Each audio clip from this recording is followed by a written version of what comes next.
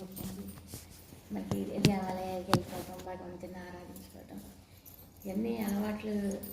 అదే మన పద్ధతిలో ఎవరికి దేవత అంటే ఇష్టం ఆ దేవతను ఆరాధించుకుంటూ, భక్తి లేనివారు ఎవరుంటారండి? ఎవరి పద్ధతిలో భగవంతుని ఏదో ఎలా స్మరించుకుంటామో మనకు తెలియదు, అలా స్మరించుకుంటున్నాం కదండి.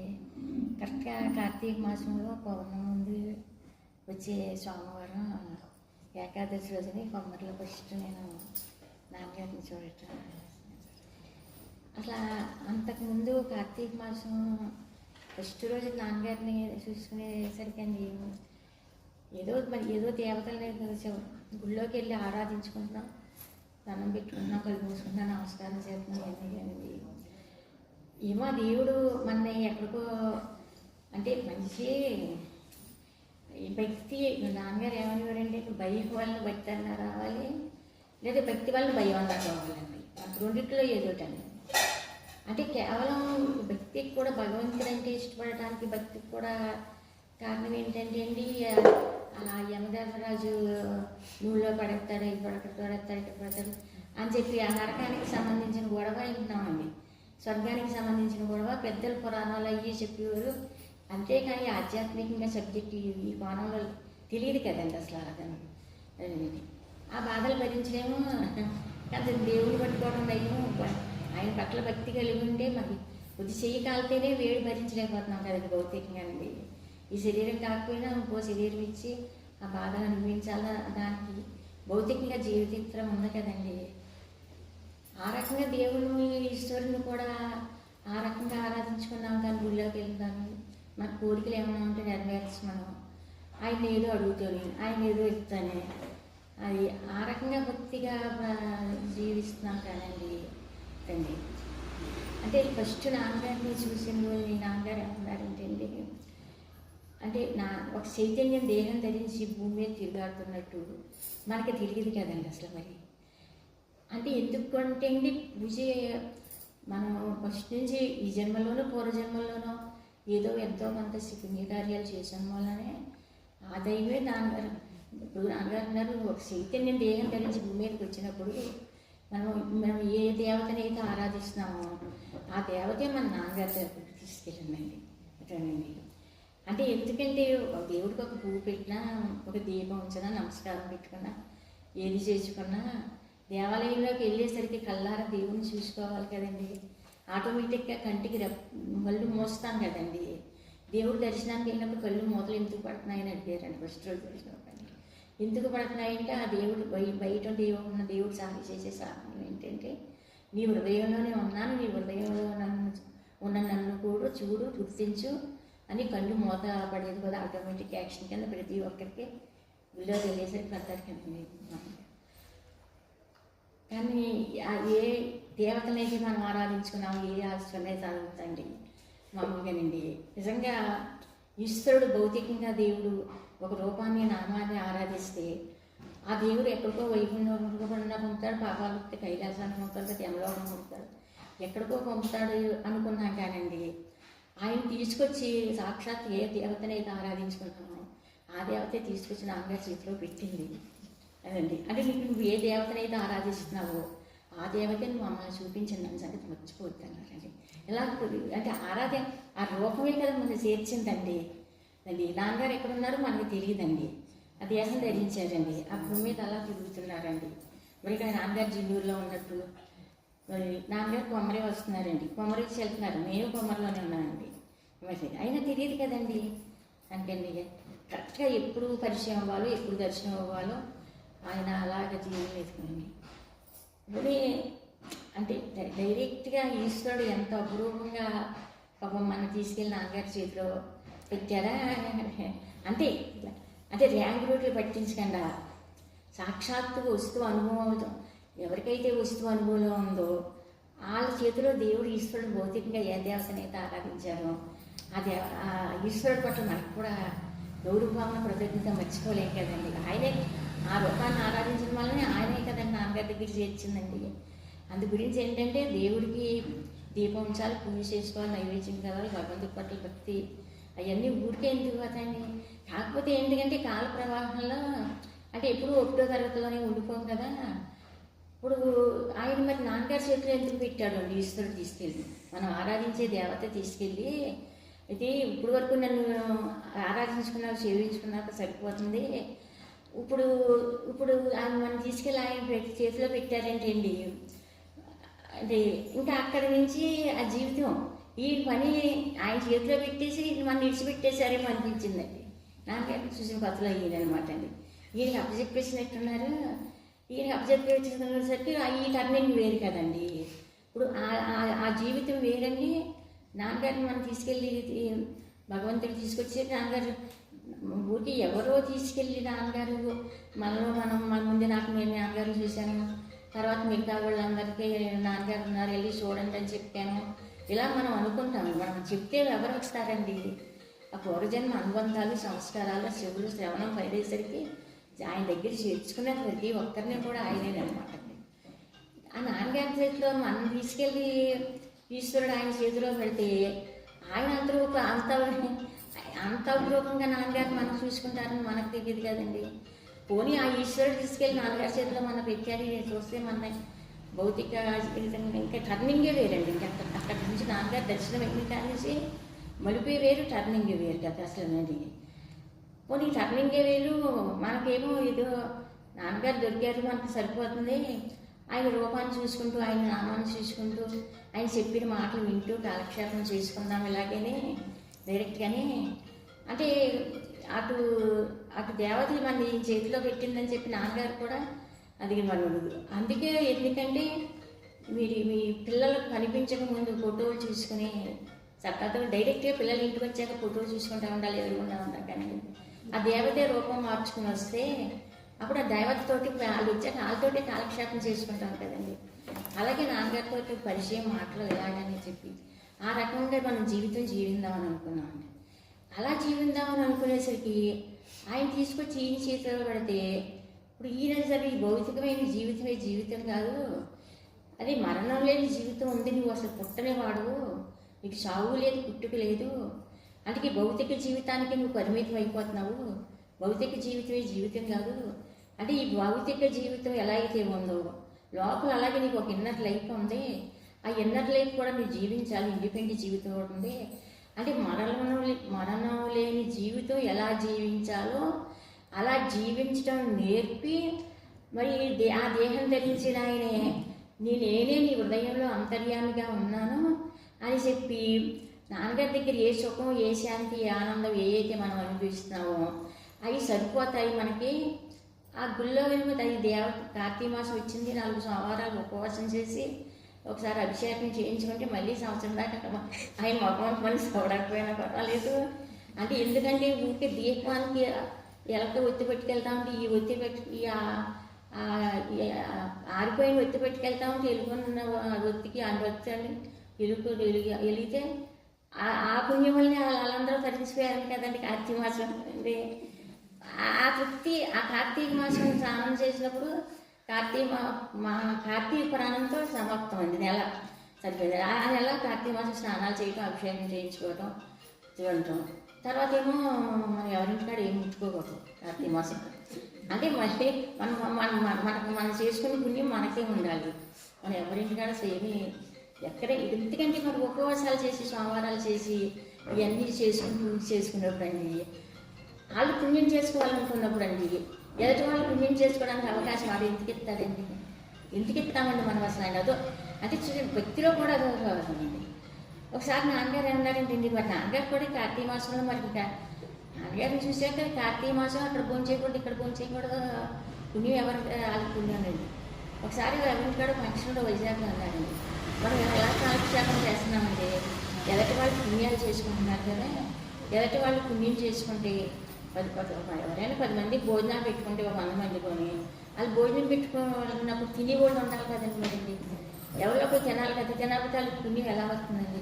అందుకే ఎదటి వాళ్ళు భోజనాలు పెట్టుకుని పుణ్యాలు చేసుకోవడానికి మనం ఉపయోగపడతాం. ఈ భారత జనంకి తయారయ్యాం అన్నారు అదండి. అంటే కార్తీక మాసంలో అసలు ఎవరింటి దగ్గర కూడా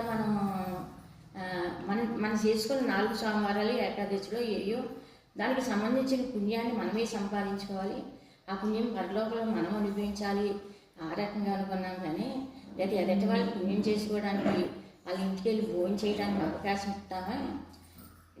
ఈ సహవాసం చేయడం వలన కేవలం ఒక బ్రహ్మ విద్య పరావిద్యని బహుములుగా ఆ రూపాన్ని నామాన్ని చూసేసరికి ఇది ఒక బ్రహ్మ విద్య పరావిద్య కింద ఉంది. నీ దగ్గరికి బ్రహ్మ విద్య పరావిద్య నేర్చుకోవడానికి వస్తున్నాం అనుకుంటున్నాం కానీ ఎదటి వాళ్ళు పుణ్యం చేసుకుని అవకాశం ఇవ్వటం కోసం మామూలుగా చుట్టూ నేను ఆ రకంగా తిరుగుతున్నానని మనకు అనిపించదు. ఒక రకంగా ఆ విద్య నేర్చుకోవడం కోసం కాకుండా ఆ రకంగా కనుక మన నాన్నగారు చుట్టూ తిరిగినట్టయితే ప్రయాణాలను ఆపు చేయటం మంచిది అనిపించిందండి. పైకి అనలేదండి. అన్నగారు అలాగే కూర్చొని ఆ మాట అన్నాక మనకి ఎక్కడేదో వస్తుంది కదండి, మాట అనేసరికి పౌరుషం వస్తుంది కదండి. అదండి అంటే తెలియదు. ఏం నాన్నగారు ఎలా అంటున్నారండి, మనమేమో విద్య నేర్చుకుంటున్నాం అంటే ఎవరికి మరి ఎందుకంటేనండి ఇప్పుడు మనం చేసుకునే టైంలో చేసుకున్నామండి. ఒక్కోసారి ఎగరదండి కరెక్ట్గా అక్కడ గురువు ఏ ఇంటికాడన్నా ఏ ఊళ్ళో ఉన్నా ఎక్కడున్నా అక్కడ విద్య నేర్పుతున్నారనమాట అండి. అక్కడ విద్య నేర్పుతున్నారంటే మరి అక్కడ ఇంకా ఇక్కడే కూర్చొని ఒకసారి చెప్తే సబ్జెక్ట్ ఇలా చెప్పేవారండి. ఇప్పుడు బాగుంటుంది అంటే ఒకటో క్లాసులోని ఎల్కేజీలోనే ఉండిపోతారు, స్టెప్ మారుతూ ఉంటుంది కదా, 2 తర్వాత 3 4 తర్వాత దేవతలు వచ్చినప్పుడు అలాగా చూసుకుని వాళ్ళని ఆనందించాలి కదండి. అంటే ఆ రోజున ఎక్కడ మనకు వైజాగ్లో ఎక్కడ ఎవరింటి కూర్చున్నప్పుడు అలా మాట్లాడారనమాట. ఎదుటి వాళ్ళు పుణ్యాలు చేసుకోవడానికి మనం తిరగటం ఆ రకంగా కనుక మనం తిరిగినట్లయితే మరి ఆయన ఓపెన్గా మరి నాన్నగారు కూడా కరెక్ట్గా మాట్లాడతారు కదండి, మాట్లాడండి. అలా అయితే మనం తిరగటం వేస్ట్ కూడానే. ఎదుటి వాళ్ళకి పుణ్యం చేసుకోవడానికి అవకాశాలు ఇవ్వడానికి ఫోన్ చేయడానికి వచ్చామా, లేకపోతే నాన్నగారి దగ్గర విద్య నేర్చుకోవడానికి మనం వచ్చాము. మరి నాన్నగారేమో అలా వచ్చామన్నాడు, మనమేమో ఇలాగ అనుకుందండి. నాన్నగారిదే కరెక్ట్ అయ్యి అనుకుంది, ఒకవేళ మనది కరెక్ట్ మనం కూడా చూసుకోవాలి కదండి. మరి ఏదో ఏ భగవంతుడు ఆయన ముఖం ద్వారా ఏ మాట ఎందుకు మాట్లాడతారు తెలియదు. అక్కడే నేను ఏంటి నాన్నగారు ఇలా అన్నారేంటి, ఈ మాట ఎందుకు అనుకుంటారు, ఈ మాట వెనకాల కారణం ఏదో ఉంటుంది కదండి, కారణం లేకుండా ఎందుకంటారండి అలా చెప్పి అండి. ఇప్పుడు అట్లా అలా కూర్చున్నప్పుడు మాట్లాడతారు కదా, నాకు అయిపోయాక కొద్దిగా కూర్చున్నప్పుడు అలాగ అన్నారండి. తర్వాత మరి అంటే తర్వాత మధ్యాహ్నం మళ్ళీ కూర్చుంటారు కదండి మళ్ళీ అదండి. అంటే అప్పుడు మధ్యాహ్నం కూర్చున్నప్పుడు ఏమన్నారంటే అండి, అంటే వశిష్ఠ గీత ఉంది కదా, వశిష్ఠ వారు రాముడికి బోధించారు కదా, వశిష్ఠ గీత ఉంది కదా. అంటే ఈ ఆధ్యాత్మిక మార్గంలో ప్రయాణం చేసేవాడికి అసలు ఆధ్యాత్మిక మార్గంలో ప్రయాణం చేసేవాడికి వశిష్ఠుల వారు ఏమని చెప్పారంటే, ఆధ్యాత్మిక మార్గంలో ప్రయాణం చేసే వాళ్ళకి మనం ఎవరికైనా బోధించేటప్పుడు వాళ్ళకి పౌరుషం ఉందో లేదో చూసుకుంటూ ఉండాలి అని వశిష్ఠుల వారు చెప్పారు. ఇప్పుడు అందుకు విద్య ఎవడైతే చెప్తున్నాడో, ఎవరైతే నీకు నేర్పుతున్నాడో ఆ నేర్చుకునేవాడికి పౌరుషం ఉందా లేదా చూసుకోవటం కోసం గురువు మాట్లాడుతూ ఉంటాడు. అందుకు అలా పౌరుషం ఉన్న మనిషికి బోధించడం తేలిక, పౌరుషం లేని వాడికి విద్య నేర్పినా రాదు. అందుకని చెప్పి మీకు విద్య నేర్పడం కోసమే మీకు ఎంత పౌరుషం ఉందో చూడటం కోసం మేము ఈ మాట మాట్లాడామన్నారండి మధ్యాహ్నం. మరి అసలు అది ప్రేమ ఎంత దాటి ఉంటుందో.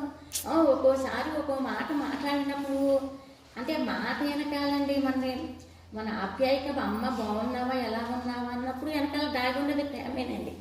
ఇలా మాట్లాడినప్పుడు కూడా ప్రేమేనండి.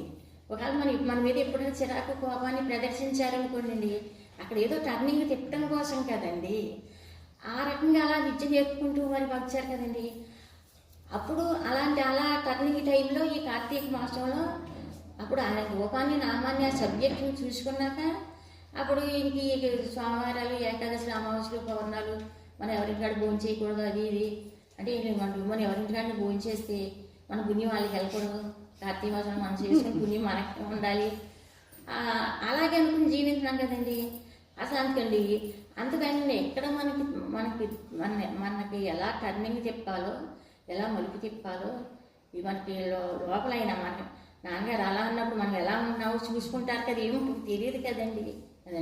అందుకు విద్య నేర్చుకునేవాడికి పౌరుషం ఉండాలి ఎంతో కొంత. అందుకు పౌరుషం ఉన్న మనిషికి విద్యను బోధించే వాటికి చూసుకుంటాడు విద్యను వేయించడానికి. అది వశిష్ఠ గీతలో చెప్పారమ్మా. ఆధ్యాత్మిక మార్గంలో విద్యను బోధించేటప్పుడు వీటిని శ్రవణం చేసుకునేవాడికి అసలు పౌరుషం ఉండలేదు. అది పౌరుషం లేదనుకో బోధించడం కష్టం. పౌరుషం అంటే అవతల వాడికి పౌరుషం వచ్చిందనుకో, పౌరుషం వస్తే అప్పుడు మొదటప్పుడు బోధించవచ్చు అని చెప్పి అనేక రకాలుగా మా గురువు అన్ని రకాలుగానే బోధించేసుకుంటారు. అయినా కృష్ణుడు భగవద్గీతలో చెప్పాడు, మనంతా పాలబెల్లం చేసుకుంటే కనీసం 2 అలా వాళ్ళకి లేదా దొంగతో సమానం అన్నారు కదా. మరి ఇస్తే ఎవరొకరు తినాలి కదా. అంటే మనం ఈ రకంగా మామూలుగానే అది ఒక శంకరాచార్యులు వారు ఏమన్నారంటే, శిష్యులకి విద్య నేర్పారు కదా, మరి శిష్యులు విద్య నేర్పాక మీరు నా దగ్గరికి శ్రవణం చేసుకున్న సబ్జెక్ట్ అంతా మీకు వస్తూ అనుభవంలో లేదు. మీకు వస్తూ అనుభవంలో లేకపోయినప్పటికీ కూడా నా దగ్గర సబ్జెక్ట్ మీరు శ్రవణం చేసుకున్నారు కదా, అందుకని శ్రవణం చేసుకునే సబ్జెక్ట్ని మీరు ఇతర గ్రామాలు ఎక్కడికైనా వెళ్ళి నేను చెప్పింది మళ్ళీ వాళ్ళకి తెలియజేయమని చెప్పారు. సరే మాకు అది అభ్యంతరం లేదు, మీరు చెప్పిన మాటలు మరి ఇతరులకు తెలియజేయడానికి చెప్తాము. కానీ మరి ఇతరులకు సబ్జెక్ట్ తెలియజేయడానికి మమ్మల్ని చెప్పమంటున్నారు, చెప్తాం కదా. మరి చెప్పినప్పుడు మరి గృహస్థుల ఇంటికి అలా తిరుగుతాం కదా, మరి వాళ్ళకి మాకు వసతులు మాకు ఉండటానికి వసతులు, తినడానికి భోజనం అవన్నీ వాళ్ళు పెట్టడం వల్ల వాళ్ళకి ఇబ్బంది పడతాం, వాళ్ళకి కూడా ఇబ్బంది కలగచ్చు కదా అని చెప్పి అడిగారంటండి.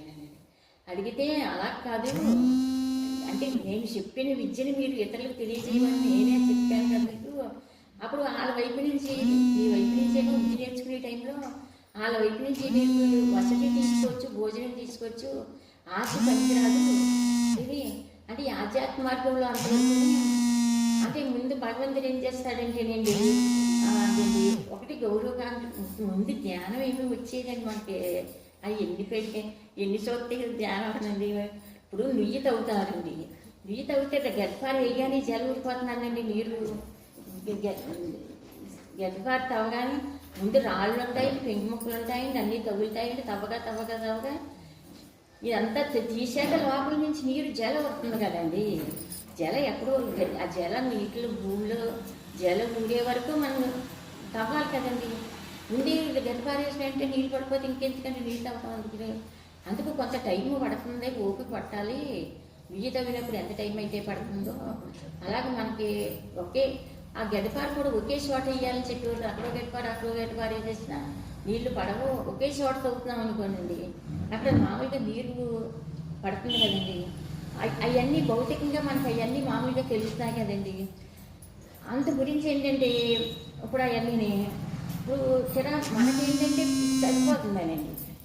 నాన్నగారు సాధారణ దొరికి చేసాము, ఆ సబ్జెక్ట్ సరిపోదు. ఆయన రూపంలో మాటలు సబ్జెక్ట్ శ్రవణం చేసుకున్నాము, ఇంతవరకు సరిపోతుంది మనకి. ఆయన దగ్గర నుంచి ఎంతో కొంత సప్లై మాకు వస్తాను వర్క్ చేస్తున్నాము, ఇది సరిపోతుంది అనుకున్నానండి. ఆ గుళ్ళోకి వెళ్ళి ఆ దేవతను ఆరాధించడం, నా కోరికలు నెరవేర్చి, నా కోరికలు ఏమన్నా ఉంటే నెరవేర్చు, ఆ యమలోకం పంపించాక కొంచెం స్వర్గం ఎక్కువగా పంపించు. మరి అంతకంటే ఆయనకి ఆజ్ఞ అడుగుతామండి. ఎక్కడ కొంచెం మరి ఉన్నన్నాళ్ళు సుఖంగా ఉండాలి, తర్వాత స్వర్గం వెళ్దామనే కదండి మన గొడవ అండి.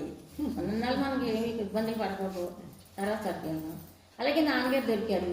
మన కష్టాన్ని, మన సుఖాన్ని, మన బాధల్ని, మన ఇబ్బందుల్ని అన్నిటిని మన జీవితంలో సమాధానం పడి జీవించేటట్టుగా నాన్నగారు మామూలుగా చేస్తున్నారండి. అలా జీవిస్తే మనం సరిపోతుందని కదండి. ఇప్పుడు నాన్నగారు సహవాసం చేసి దర్శనం చేశాక కొన్ని ఇలాగే జీవిద్దాం, ఆయన రూపాన్ని, నామాన్ని, ఆయన మాటల్ని శ్రవణం చేసుకుంటూ ఇలాగే బతుకుదాం, ఇలాగే జీవిద్దాం అనుకుంటే, ఇప్పుడు ఆ నాన్నగారు ఆ చైతన్యం రూపం ధరించేసి నేనే నీ హృదయంలో అంతర్యామిగా ఉన్నాను, నేనే నీ హృదయంలో అంతర్యామంగా ఉన్నాను కనుక ఈయన తీసుకెళ్ళి ఆయన చేతిలో పెట్టాలని ఈయన చూస్తున్నారండి. ఇది మనం అనుభవించేది ఇప్పుడు మనం అనుభవించేది సరిపోతే నాన్నగారండి. ఎందుకంటే నాన్నగారు రూపానికి ఆరాధించుకోవాలండి. ఆ నాన్నగారి రూపానికి దండేసుకుని, పువ్వు వేసుకుని, దీపం పెట్టుకుని ఆరాధించుకుంటూ ఇలాగే జీవిద్దాము. ఇలా జీవిస్తూ మన రోజులు వెళ్ళిపోతే సరిపోతుంది, మనం ఇలా బతికితే రోజులు వెళ్ళిపోతుంది అలా అని మనోనుకున్నాను. మనం ఇలా సరిపోతున్నాను కదండి. మొన్న ఇక్కడికి వచ్చాక అయ్యో ఆయనేమో ఈయన చేతిలో పెట్టెళ్ళారు, ఈయనేమో ఆయన కనిపించడం లేదు, ఆ గుళ్ళో దేవుడు కనిపించడం లేదు, ఈయనేమో మాట్లాడటం లేదు. ఈ హృదయంలో ఉన్న చేతులు తీసుకెళ్ళి ఎలా జీవిస్తే మన చేత ఎలా మరణం, ఈ భౌతికమైన జీవితం జీవిస్తూ మరణం లేని జీవితం ఒకటి ఉంది. అందు గురించి ఈ భౌతిక జీవితం ఎలా ఉపయోగపడాలంటే అందుకు మరణం లేని జీవితం జీవించాలి. నువ్వు మన పొద్దున్న లేచిన మొదలు సాయంకాలం కొడుకునే వరకు నువ్వు అసలు పుట్టని వాడు, నీకు చావు లేదు, పుట్టుక లేదు, మరణం లేని వాడు. అందుకు మరణం లేని జీవితం ఒకటి ఉంది ఇన్నర్ లైఫ్ లోపల అన్నమాట అండి. ఆ మరణం లేని జీవితం ఎలా జీవించాలో నేర్పి ఆ హృదయంలో ఉన్న అంతర్యాన్ని చేతిలో పెట్టాలని ఈయన ఇప్పుడు మన నాన్నగారు హృదయం ప్రాణండి, ఈయన తీసుకెళ్ళి ఆయన చేతిలో పెడదామని చెప్తున్నారండి. అందుకు మేము దేహం ధరించి భూమి మీదకి వచ్చింది ఎందుకంటే అంటే మేము ఎక్కడున్నామో మిమ్మల్ని ఎక్కడికో కంగారు పడద్దు, ఇక్కడ కొయ్యంబత్తూరులో అందరూ ఒక మాటల సందర్భం మాట్లాడండి, నేను ఎక్కడికో పంపడానికి మేము మీ భూమి మీదకి రాలేదు అసలని. నాన్నగారు మనని వైకుంఠం కైలాసం ఏయో లోకాలకు పంపటాలేదని పంపనని చెప్పేవారు కదండి పబ్లిక్గా, మీటింగ్లోని పబ్లిక్గా చెప్పేవారు. కొన్ని విడిగా చెప్పిన మాటలు కొన్ని విడిగా అయ్యే ఇక్కడ ఇప్పుడు వైజాగ్లో చెప్పి మనకి ఇక్కడ చెప్పేవారండి, ఇక్కడ చెప్పి అక్కడ చెప్తూ ఉంటారు కదండి, అందరికీ అందాలి కదండి మరి అండి. అలాగే అన్ని ప్రాంతాల్లో అందజేసుకోవాలి, ప్రతి ఒక్కరి చెవిలోని పడాలి కదండి మాట అండి.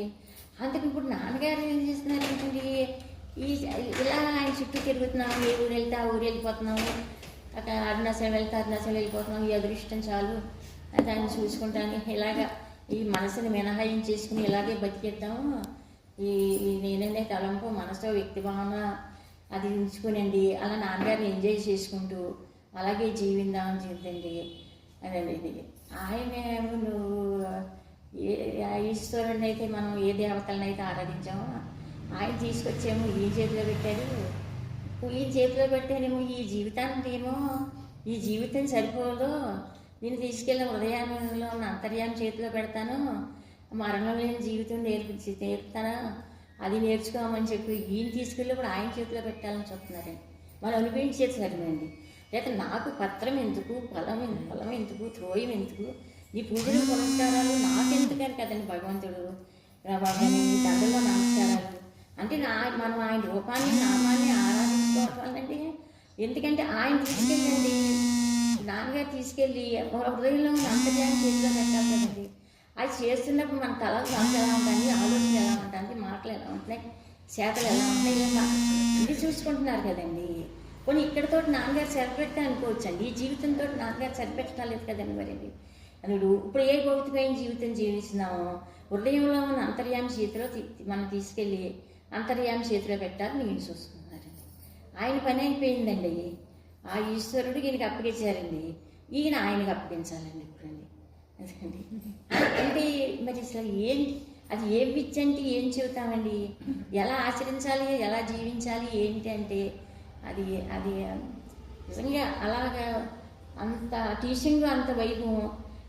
దాన్ని బట్టి ఇప్పుడు ఆయన తీసుకొచ్చి ఆ ఈశ్వరుడు తీసుకొచ్చి నిన్ను ఆరాధించావు, నువ్వు తీసుకెళ్ళి నాన్నగారి చేతిలో పెట్టారు. ఈయన మన ఎవరి చేతిలోనే పెట్టడానికి ఇష్టపడలేదండి నాన్నగారు, మన ఏ లోకం పంపించడానికి ఇష్టపడటం లేదండి, మన ఎవరి చేతిలోనే పెట్టడానికి కూడా ఆయన ఇష్టపడటం లేదండి. సరాసరిగా నీ హృదయంలో నేను అంతర్యామిగా ఉన్నాను అనమాట. నేను కేవలం దేహం ధరించి భూమి మీదకి వచ్చాను, దేహం ధరించి భూమి మీదకి నేను వచ్చిన, శంకరాచార్యులు వచ్చిన, రమణ మహర్షులు వచ్చిన, ఎవరు వచ్చినప్పటికీ కూడా అవతార పురుషులు ఎవరు ఈ భూమి మీదకి వచ్చినప్పుడు కూడా వారు ఎక్కడున్నారో అక్కడికి తీసుకెళ్ళడం కోసం, వారు ఎక్కడున్నారో నీకు తెలియదు, వారు ఎక్కడున్నారో వారికి తెలుసు, వారు ఎక్కడున్నారో వారు ఎక్కడున్నారో వారికి తెలుసు కనుక వారే తీసుకెళ్తారు, ఇంకెవరికి తీసుకెళ్ళదు. ఇప్పుడు మనం అంటే మన జీవితానికి ఒక ప్లానింగ్ ఉంటుంది కదండి. ఇప్పుడు ఈ భౌతికమైన జీవితం ఉంది, మనకేమో మన తీసుకొచ్చి ఆ ఈశ్వరుడు భౌతికమైన ఏ ఈశ్వరుడు దేవతను ఆరాధించుకున్నా ఆయన తీసుకొచ్చి కొన్ని ఎక్కడికైనా పంపారంటే ఎక్కడికి పంపలేదు. అది కరుణ ఆ లింగం కరుణ లేకుండా ఎక్కడ ఉందండి? కాదండి, మనం బయట ఏ దేవతలను ఆరాధించామో వాళ్ళు కరుణామయులు దయామయులు వల్లనే తీసుకొచ్చి నాన్నగారి చేతిలో పెట్టకుండా ఒక వస్తువు అనుభవంలో లేని వాళ్ళ చేతిలో పెట్టారనుకోండి, మన ఈశ్వరుడు ఏమవుతామండి కదండి. అదండి ఒక అమ్మాయిని ఇంకొకరికి ఇచ్చినప్పుడు తల్లిదండ్రులు తీసుకెళ్ళి ఈ అమ్మాయిని తీసుకెళ్ళి మంచివాడు చేతిలో పెట్టాలి, పిల్లల జీవితం అంతా చూపడాలనుకుంటారు కదండి. అలాగే ఈశ్వరుడు వీళ్ళు హృదయంలో ఏ సుఖం, ఏ శాంతి, ఆనందం అయితే ఉందో అది అనుభవంలోకి ఎవరు తీసుకురాగలరు వాళ్ళ చేతిలో పెట్టాడండి ఈశ్వరుడు తీసుకొచ్చి. ఆ భౌతికమైన మనం ఆరాధించే విగ్రహ రూపంలో ఉన్న దేవుడు తీసుకొచ్చి ఈయన చేతిలో పెట్టాడు. ఈయన మంచి ఆయన చేతిలోనే పెట్టాడు ఈశ్వరుడు. బాగుందనుకుంటే ఈయన ఏం చేస్తున్నారంటండి, నీ తలంపు బాగోలేదు, నీ ఆలోచన బాగోలేదు, నీ మాట బాగోలేదు, నీ చేత బాగోలేదు, ఏమీ బాగోలేదు, అవన్నీ బాగు చేసి ఈయన తీసుకెళ్ళి అంతర్యామి చేతిలో పెట్టాలనండి. ఆయన చేతికి ఎప్పుడు అందిందామని ఈయన చూస్తున్నారనమాట. ఆయన చేతికి అందించడం కోసం నేను ప్యూరిఫై చేస్తున్నాను. అయితే ప్యూరిఫై చేయడానికి ఎక్కడికో ఇప్పుడు దేవాలయంలో దేవుడి దగ్గరికి వెళ్తున్నామండి. దేవాలయంలో దేవుడి దగ్గరికి దర్శనానికి వెళ్ళినప్పుడు అండి రోడ్డు మీద కార్లు ఉంటాయండి, మోటార్ సైకిల్ ఉంటాయి, అనేక వాహనాలు ఉంటాయండి. అవి మామూలుగా మనకు అడ్డు వస్తున్నాయి కదండి. అడ్డు వచ్చినప్పుడు వాటిని తప్పించుకుంటూ వీటి కింద పడిపోవటం లేదు కదండి. యాక్సిడెంట్గా పడితే అది వేరే విషయం అనమాట. ఇవన్నీ తప్పించుకుంటూ వచ్చిన దేవాలయంలోకి వెళ్ళండి. ఆ దేవాలయంలో పూజారులను చూడటానికి కాదు కదా మనం వెళ్ళేదండి. అసలు దేవాలయంలో పూజారుల కోసం మనం వెళ్ళటం లేదండి. అంటే దేవాలయంలో దేవుడి దర్శనానికి వెళ్తున్నామండి. ఆ దేవుడి దర్శనానికి వెళ్ళినప్పుడు పూజారి అవసరం ఉందండి లేదండి. అంటే మరి లోపల దేవాలయంలోకి తీసుకెళ్ళండి, దేవుడి దర్శనం చేసండి. మళ్ళీ అక్కడ మన గోత్రనామాలు దేవుడు చదవడం కదండి. మళ్ళీ పూజారి చేత మనం చదివించుకోవాలి కదండి. ఆ పూజారి చేత మన గోత్రనామాలు చదివించుకోవడం కోసం పూజారి అవసరం ఉందండి. పూజారి కోసం వెళ్తాం లేదండి, కానీ దేవుడి కోసం వెళ్తున్నామండి. దేవుడి దర్శనం చేసుకుంటున్నామండి. ఆ దేవుడి దర్శనం చేసుకోవడం కోసం పూజారి ఎంత అవసరమో మన హృదయంలో ఉన్న దేవుడిని అనుభవంలోకి తెచ్చుకోవడానికి అండి. మరి మనం సరాసరి డైరెక్ట్గా దేవుడే అందటం లేదు కదండి. మన గోత్రనామాలు చదివించడానికి పూజారి ఎంత అవసరమో అలాగండి ఈ టీచర్స్ కూడా పూజారులతో సమానం అండి. వీళ్ళకి జ్ఞానం ఉండదు, లోపల జీవుడు మామూలేనండి అనమాట అండి.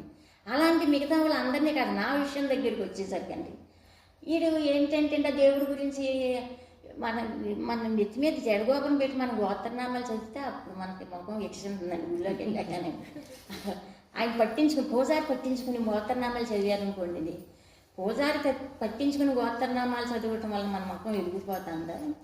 లేదా దేవుడు ఇప్పుడు దేవాలయానికి ఎందుకు వెళ్ళాము? నాన్నగారు చెప్పేది అది. తిరుపతి వెళ్ళినప్పుడు తిరుపతి వెంకటేశ్వర స్వామి ఏ దేవాలయానికి వెళ్ళినండి, ఆ దేవుడిని చూసేసరికి అండి ఆ దేవుడు ముఖాన్ని చూస్తాం కదండి. శివలింగం దగ్గరికి శివాలయంకి వెళ్తాం, ఆ లింగాన్ని చూస్తాం కదండి. అంటే భగవంతుడు అనేవాడు ఒకడు ఉన్నాడని, లింగానికి రూపం లేదు కదండి, గుర్తింపండి. అంటే భగవంతుడు ఒకడేవాడు ఒకడు ఉన్నాడని మనకు గుర్తింపు తెలియడానికి మనకు లింగం అవసరం, దేవాలయంలో దేవుడు అవసరం, ఫోటో అన్నీ అవసరం అనమాట అండి. ఆ దేవుడిని చూసేటప్పుడు అండి అక్కడ దేవుణ్ణి ఎంజాయ్ చేసుకునండి. భగవంతుడి భౌతికంగా దేవాలయంలోకి వెళ్ళినప్పుడు కూడా అండి ఆ దేవుని చూసేసరికి అండి మన రూపాన్ని మర్చిపోవాలి, ఆయన్ని ఎంజాయ్ చేసుకోవాలండి. అంటే ఎందుకంటే భక్తి ఏ స్థాయికి ఎంత అసలండి అంటే నువ్వే ఉన్నావు అని దేవాలయంలోకి వెళ్ళేసరికి సరిగ్గా దేవుడిని చూసేసరికి అండి నువ్వే ఉన్నావు అని అనిపించింది అనుకోండి, నువ్వే ఉన్నావు అని అనిపించాలి నీకు. నువ్వే ఉన్నావు అని అనిపించినప్పుడు ఆ దేవుణ్ణి ఎంజాయ్ చేసుకుంటే సరిపోతుంది. ఆ దేవుణ్ణి ఎంజాయ్ చేయటం వల్ల నీకు ఆనందం వస్తుందా? ఈ పూజారి గోత్రనామాలు చేయటం వల్ల నీకు ఆనందం వస్తుందా? దేవాలయంలోకి వెళ్ళి చూసుకుంటా ఉండు. ఇప్పుడు దాకా దేవాలయాలకు వెళ్తున్నావు, ఆ దేవాలయాల్లో నీ భక్తి ఎలా ఉందని చూసుకోమని చెప్పారండి. ఎక్కడికెక్కడికి వెళ్తాము సంతోషింతారేమో. నాకు కార్తీక మాసంలో ఉపవాసాలు చేస్తాం కదా, అభిషేకాలు చేస్తాం, అవి చేస్తాం ఈ చేస్తాం అని అడుగుతారు కదా, ఆనందింతారేమంటే ఏం ఆనందం లేదు. అక్కడ ఎలా ఉంటున్నావో చూసుకో. దేవుడు రూపాన్ని చూడటం వల్ల నిన్ను గుళ్ళోకి వెళ్ళొద్దని కాదండి నాన్నగారు, నువ్వు దేవాలయానికి వెళ్ళి దేవుడిని చూస్తున్నావు, దర్శనం చేసుకుంటున్నావు, అప్పుడు నువ్వు ఎలా ఉంటున్నావు దేవుడి సమక్షం. మరి ఎలా ఉంటున్నామో చూసుకున్నాము అని అంతగారు చూసినప్పుడండి అక్కడ దేవుణ్ణి చూడటం వలన అదండి ఆ దేవుడు అంటే నీకు ఇష్టమైతే దేవుణ్ణి చూడటం వల్ల నీకు ఆనందం వస్తుందా? లేదా నీ గోత్రనామాలు పూజారి చదవటం వలన, నీ గోత్రనామాలు అన్ని చదవటం వల్ల నీకు ఆనందం వస్తుందా? ఆ దేవుడు చూడటం ఆ మాత్రం అమ్మంతామా ఇక్కడ దేవుడు అదండి. అది అందు గురించి ఒకవేళ నీ పూజారి మంత్రాలు, నీ గోత్రనామాలు మంత్రాలు చదివినప్పుడు నీకు సంతోషం వస్తుంది అనుకో, నువ్వు భక్తుడివే, నేను కాదంటం లేదు, నాన్నగారు భక్తుడివే, క్రియాషన్ భక్తుడు, క్రియాషన్ అంటే క్రియాషన్ లిస్టులోకి వస్తావు నువ్వు అనమాట అండి.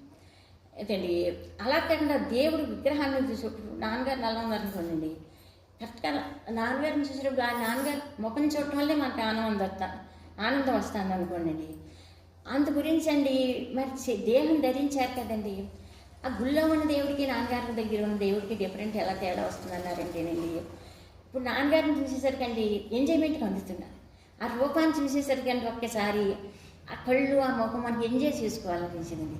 డైరెక్ట్గా సరాసరి దేవాలయంలోకి వెళ్ళి దేవుడి దర్శనం చేసేసరికి ఆ ఎంజాయ్మెంట్ చేయడానికి మనకి ఆ ప్రజెన్స్ సరిపోలేదండి. ఈ ప్రజెన్స్లో ఆయన ఎంజాయ్మెంట్ మన చేత చేయించుకున్నారండి, లేదా మనంతటా మనం ఎంజాయ్ చేయలేం కదండి.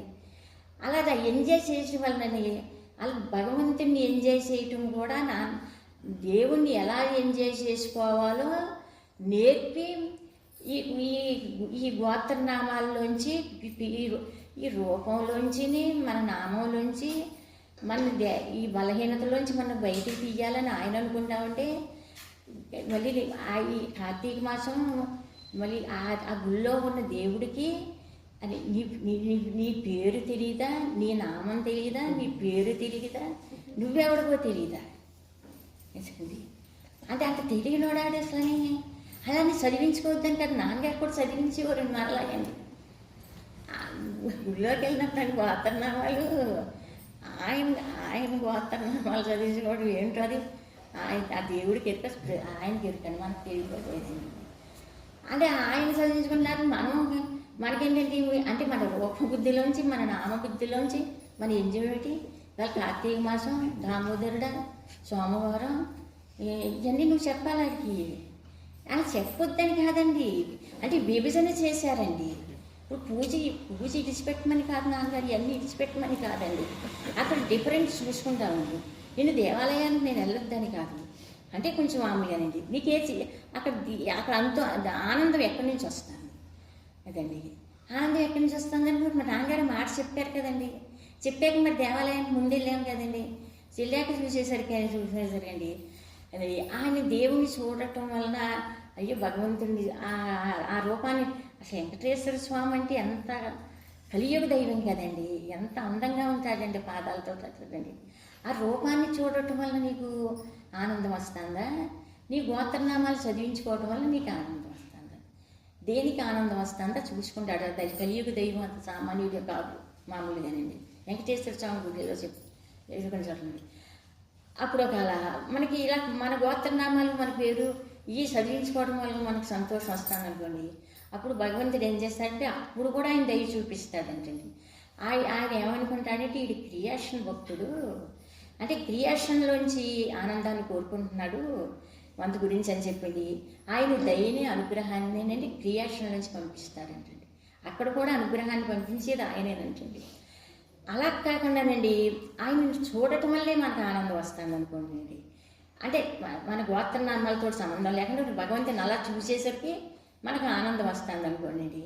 వీడు క్రియేషన్ భక్తుడు కాడు, రిలాక్షన్ భక్తుడు. అంటే సుఖానికి శాంతికి వీడు సుఖానికి శాంతికి ఆనందానికి మన మీద మన దగ్గర నుంచి ఈ సప్లై పంపించాలి. వీడికి క్రియేషన్ భక్తుడు కాదు, రిలాక్షన్ భక్తుడు. రిలాక్షన్ ఏదో అంటారు మాకు, అదే నాన్నగారు అన్నారండి. ఇప్పుడు కరెక్ట్గా నాన్నగారు నోటుగా డైరెక్ట్గా మాటలు చైతన్యం దగ్గర నుంచి వచ్చినాయండి. ఆ మాటలు డైరెక్ట్గా చైతన్యం దగ్గర నుంచి వచ్చినాయి కనుకండి అప్పుడు ఎలా ఉంటుందంటేనండి ఆ మాటలు మనం శ్రవణం చేసామండి. డైరెక్ట్గా డిటో నాన్నగారి నోటి నుంచి ఎలా మాట్లాడారో అలా మాట్లాడాలంటే మనం మాట్లాడలేమండి.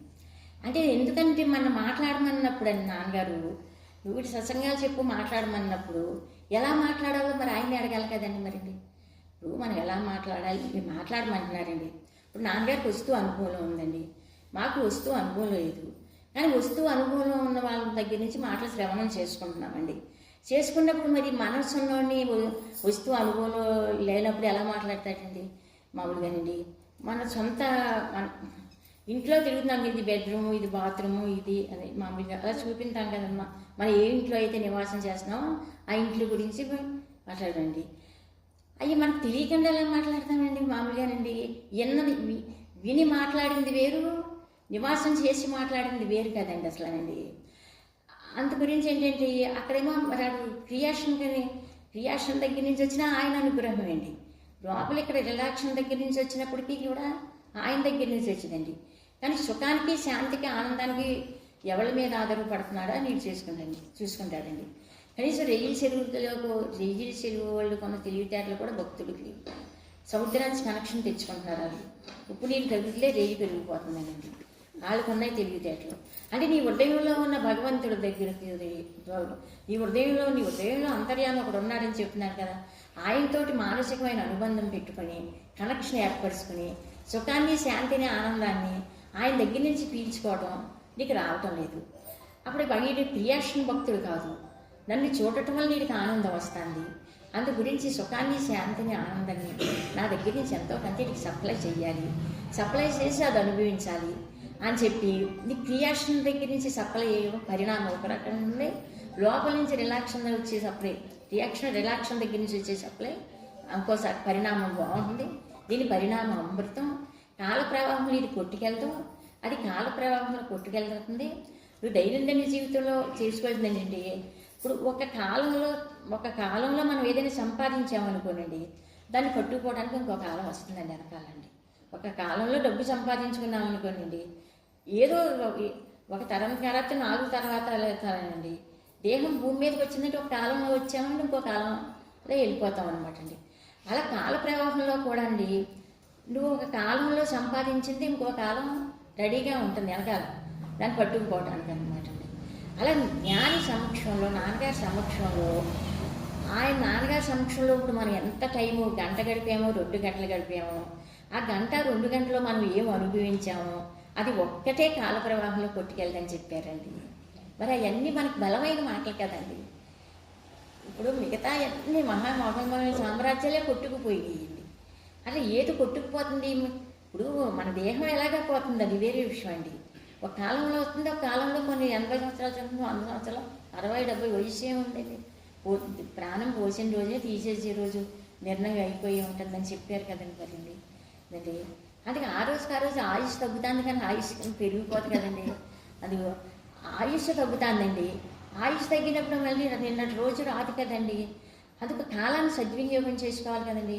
అంటే కాలాన్ని సద్వినియోగం చేసినప్పుడు అంటే భక్తి కూడా ఇప్పుడు హనుమంతుడు ఉన్నాడు అనుకోండి, హనుమంతుడు దగ్గరికి వెళ్ళి కోతి గుప్పు కంతులు ఎత్తే ఎలా ఉంటుందండి, హనుమంతుడి దగ్గర కోతికి ఉప్పు దంతులు ఎలా అయితే ఎలా ఉంటుందో, అలాగే భగవంతుడి భగవంతుడి యొక్క అనుగ్రహం హనుమంతుడికి ఎంత శక్తి ఉందో, ఎంత బలం ఉంటుందో, ఇప్పుడు గురువు దగ్గర నుంచి వచ్చిన అనుగ్రహం ముందు ఈ మనసు ఉప్పు గంతులు ఏంటండి, ఆ మనసు ఉప్పు గంతులు చూసుకోవేంటి అనమాట అండి.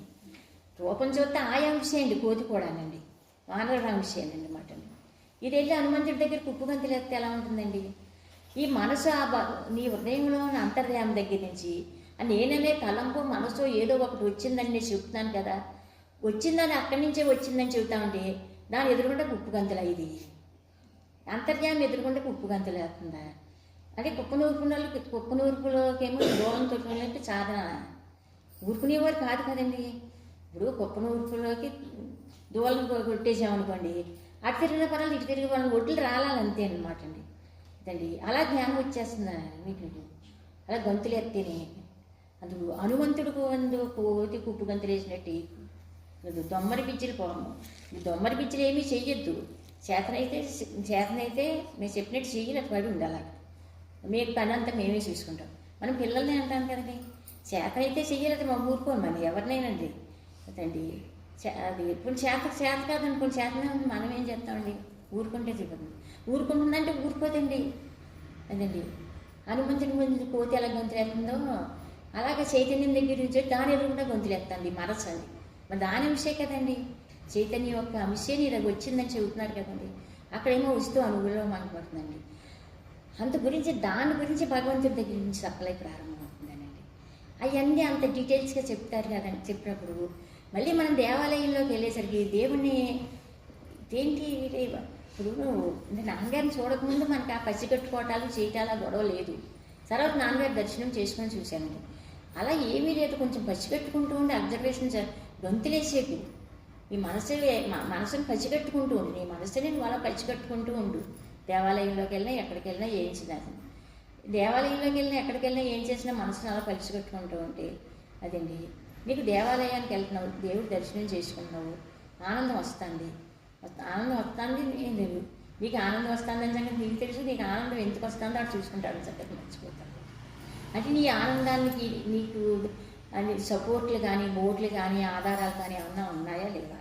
సపోర్ట్లు బోట్లు ఆధారం వల్ల నీకు సంతోషంగా ఉన్నవారు. కృష్ణుడు భగవద్గీతలో ఎలా ఉన్నాడంటే భక్తుల లక్షణాలు, భక్తుడు ఎప్పుడు నిత్యం సంతోషంగా ఉండమన్నారు. అంతేకాని నీకు సపోర్ట్లు బోట్లు ఆధారాలు ఎంజాయ్మెంట్ చేసి సంతోషంగా ఉండమని చెప్పాడు. నువ్వు ఇండిపెండెంట్గా సంతోషంగా ఉంటున్నావా లేదా అది గురించి. సుఖానికి శాంతికి ఆనందానికి నువ్వు భగవంతుడి మీద ఆధారపడుతూ ఆయన దగ్గర నుంచి నీ ఎంత సప్లై అయింది అంతే, ఎంత సప్లై ఆయన అందజేస్తే అంత సప్లైని అనుభవిస్తూ ఆనందిస్తూ అనండి. అందుకు ఇది క్రియాశీల భక్తుడు కాదు మామూలుగానండి. అంటే దేవాలయంలోకి వెళ్ళినప్పుడు దేవుడు అది చూసుకుంటాడు. నువ్వు అభిషేకం చేసుకుంటావు, స్వావారం చేసుకుంటావు, తిమూర్తులు పూజ చేస్తావు, ఏం చేస్తావు, ఏమేం చేస్తామంటే అన్ని రకాలు చెప్పేస్తే వాళ్ళు సంతోషిస్తారంటే వారిని కలిసి అయ్యో అసలు ఏమనిపించిందండి, మనం మెచ్చుకోవాలి కదండి సర్వ. అంటే ఇంతకుముందు అందరూ మెచ్చుకునేవాళ్ళేనండి అదండి. అంటే ఎంత శ్రద్ధ ఎంత వ్యక్తి అయ్యో పూజ చేస్తున్నారు ఏంటి అనండి. వాళ్ళు మెచ్చుకోవడం మనం ఆనందించడం, వాళ్ళకి మాకు మోక్షం అవుతుంది, జ్ఞానం అవుతుందండి. అసలు అలా జీవితం కూడా అలాగా ఈ కలియుగంలో అలా జీవించి ఆ వ్యక్తి పేరు మీద కూడా అలా కుప్పు గంతులు కుప్పు నూరుపులకు దూరం తోలినట్టు. ఇప్పుడు కార్తీక మాసం వచ్చింది అనుకోండి, కుప్పు నూరుపులోకి దూరం కొట్టిన ఎలా ఉంటుందో అలాగా అవన్నీ ఆ కుప్పు నూరుపు నుంచి వచ్చిన దూళ్ళకి బూర్లు పట్టుకెళ్తే ఎడ్లకి బూర్లు పెడితే ఎలా ఉంటుంది, తినేస్తుంది. ఒట్టిగడ్డి పచ్చిగడ్డి తిన్నట్టు తింటుంది. అలా ఒట్టిగడ్డి పచ్చిగడ్డి తిన్నట్టే ఆ కుప్పు నూరుపులోంచి వచ్చిన కుప్పు నూరుపులోకి దూలం కొట్టేస్తే ఆ దూళ్ళకి ఇంటికి వచ్చాక దాన్ని గడ్డి ఎత్తే సరిపోతుందండి. దాన్ని బూరు పట్టుకెళ్ళి పెడుతున్నాం అనుకోండి, గడ్డి తిన్నట్టే తినేస్తుంది అనమాట. ఆ కుప్ప నూరుపుల్లోంచి వచ్చిన గొంతులు ఎత్తా వచ్చింది మీకు. ఇవాళ మా సబ్జెక్టు ఎడ్లకు బూర్లెట్టినట్టు ఉందన్నారు కొత్తలోనండి. ఏదో తర్వాత తీరామని ఎవరంటారంటే సరే ఒక మనిషిని నువ్వు తీరుతున్నామంటే ఆ తీరిక లేదండి ముందు. ఇంకా ఆడ సరిపోదండి జీవితానికి అండి. కొంచెం తీరినట్టు కనిపిస్తున్నామంటే అసలు ఏంటి అర్థం అయితే అసలు శుద్ధమద్దం లేని మనిషిని కొంత తీరారు మనుషులు అంటాం కదండి, మనల్ని వాడతాం కదండి. అలా ఆయన రూపం, ఆయన నామం, ఆయన సహవాసం అవన్నీ పట్టుకొచ్చేస్తానండి. అలా ఎడ్లకు బూర్లు పెట్టినట్టు పెట్టేస్తే ఎలాగండి? అలా మా సబ్జెక్టు ఎడ్లకు బూర్లు పెట్టినట్టు ఎలా ఉందండి? టేస్ట్ తెలియాలి కదా. ఎడ్లకి బూర్లు పెట్టినట్టు ఉంటున్నాయి మా మాటలు అన్నారండి. ఎడ్లు గడ్డి తిన్నట్టు తింటే దానికి టేస్ట్ తెలియదు అదనమాట అండి. అలాగే ఇప్పుడు మన మాట యొక్క టేస్ట్ నీకు తెలియకపోతే ఎడ్లకు బూర్లు ఎక్కినట్టే అన్నారు అదండి. మరి మాట యొక్క టేస్ట్ తెలియకపోతే ఎడ్లకు బూర్లు ఎక్కినట్టే అంటేనండి. అంటే చెప్పేవాడు చూస్తే సామాన్యం కాదండి, మాటలు చూస్తే వేరుగా ఉంటున్నాయండి, డిఫరెంట్గా ఉన్నాయండి అదండి. అది ఒళ్ళుగొల్లా ఇల్లుగొల్లా అనేదండి. సరే ఆ కష్టపడేమో ఇంటికాడేమో ఆ పిల్లలు చిన్నవాళ్ళని వాళ్ళని వాళ్ళకేమో ఏదో టైంకి వండి చేసి వస్తా ఉంటే ఇది ఎడ్లకు బూర్లెట్టిన శ్రవణం చేస్తా ఉంటే ఇది ఎక్కడ కూడా శ్రమ అనేది ఎడ్లకు బూర్లెట్టినట్టు ఉంటాను. మా మాటలను శ్రవణం చేస్తా ఉంటే ఎడ్లకు బూర్లెట్టేటది మనిషి బూర్లు తిన్నట్టు ఉండాలండి. అంటే ఎందుకంటే మనం బూరు తింటున్నాం, మనకు టేస్ట్ తెలుస్తుంది, ఎడ్లకి తెలియదు. ఇప్పుడు ఎడ్లలా శ్రవణం చేస్తున్నాం అదే అర్థం కదండి. ఎడ్లకు బూర్లు ఎట్టినట్టు ఉంటాయి మా మాట్లాడుతుంది. ఎడ్లకు బూర్లు ఎట్టినట్టు అంటే ఎలాగైనా అన్నారండి. ఎడ్లకు బూర్లు ఎట్టినట్టు ఉంటాయి అందరూ మీ మీద అదికి శ్రవణం చేసి మాట్లాడినారండి. అప్పుడు అలాంటప్పుడు కోపం వచ్చిందండి. అసలు ఎడ్లకు బూర్లు ఎట్టినట్టుంటే మనం ఏం చేస్తామండి మరి? తీరా చూస్తే జీవితం వేరండి. ఈయన చూస్తే భూమి మీదకి వచ్చారండి, దగ్గరికి వెళ్ళి కూర్చుంటే అమృతం కురిపిస్తున్నారండి. మరి ఎడ్లు తినేస్తున్నారో బూర్లు మా ఆటలు ఎడ్లకి బూర్లు ఎడ్లు ఎలా తింటాయో అలా తింటున్నాం, మా మాటలు అలా శ్రవణం చేసేస్తున్నా టేస్ట్ తెలియటం లేదన్నారండి అండి. అందుకు టేస్ట్ ఎలా తెలుస్తుంది అన్నారు, ఎడ్ల బూర్లు ఎట్టినట్టు అన్నారండి మన మీటింగ్లో అనేది. మరి ఎవరి దగ్గర నేర్చుకుంటామండి? ఇంకా అది ఎవరు నేర్పుకెళ్ళరండి మనకండి.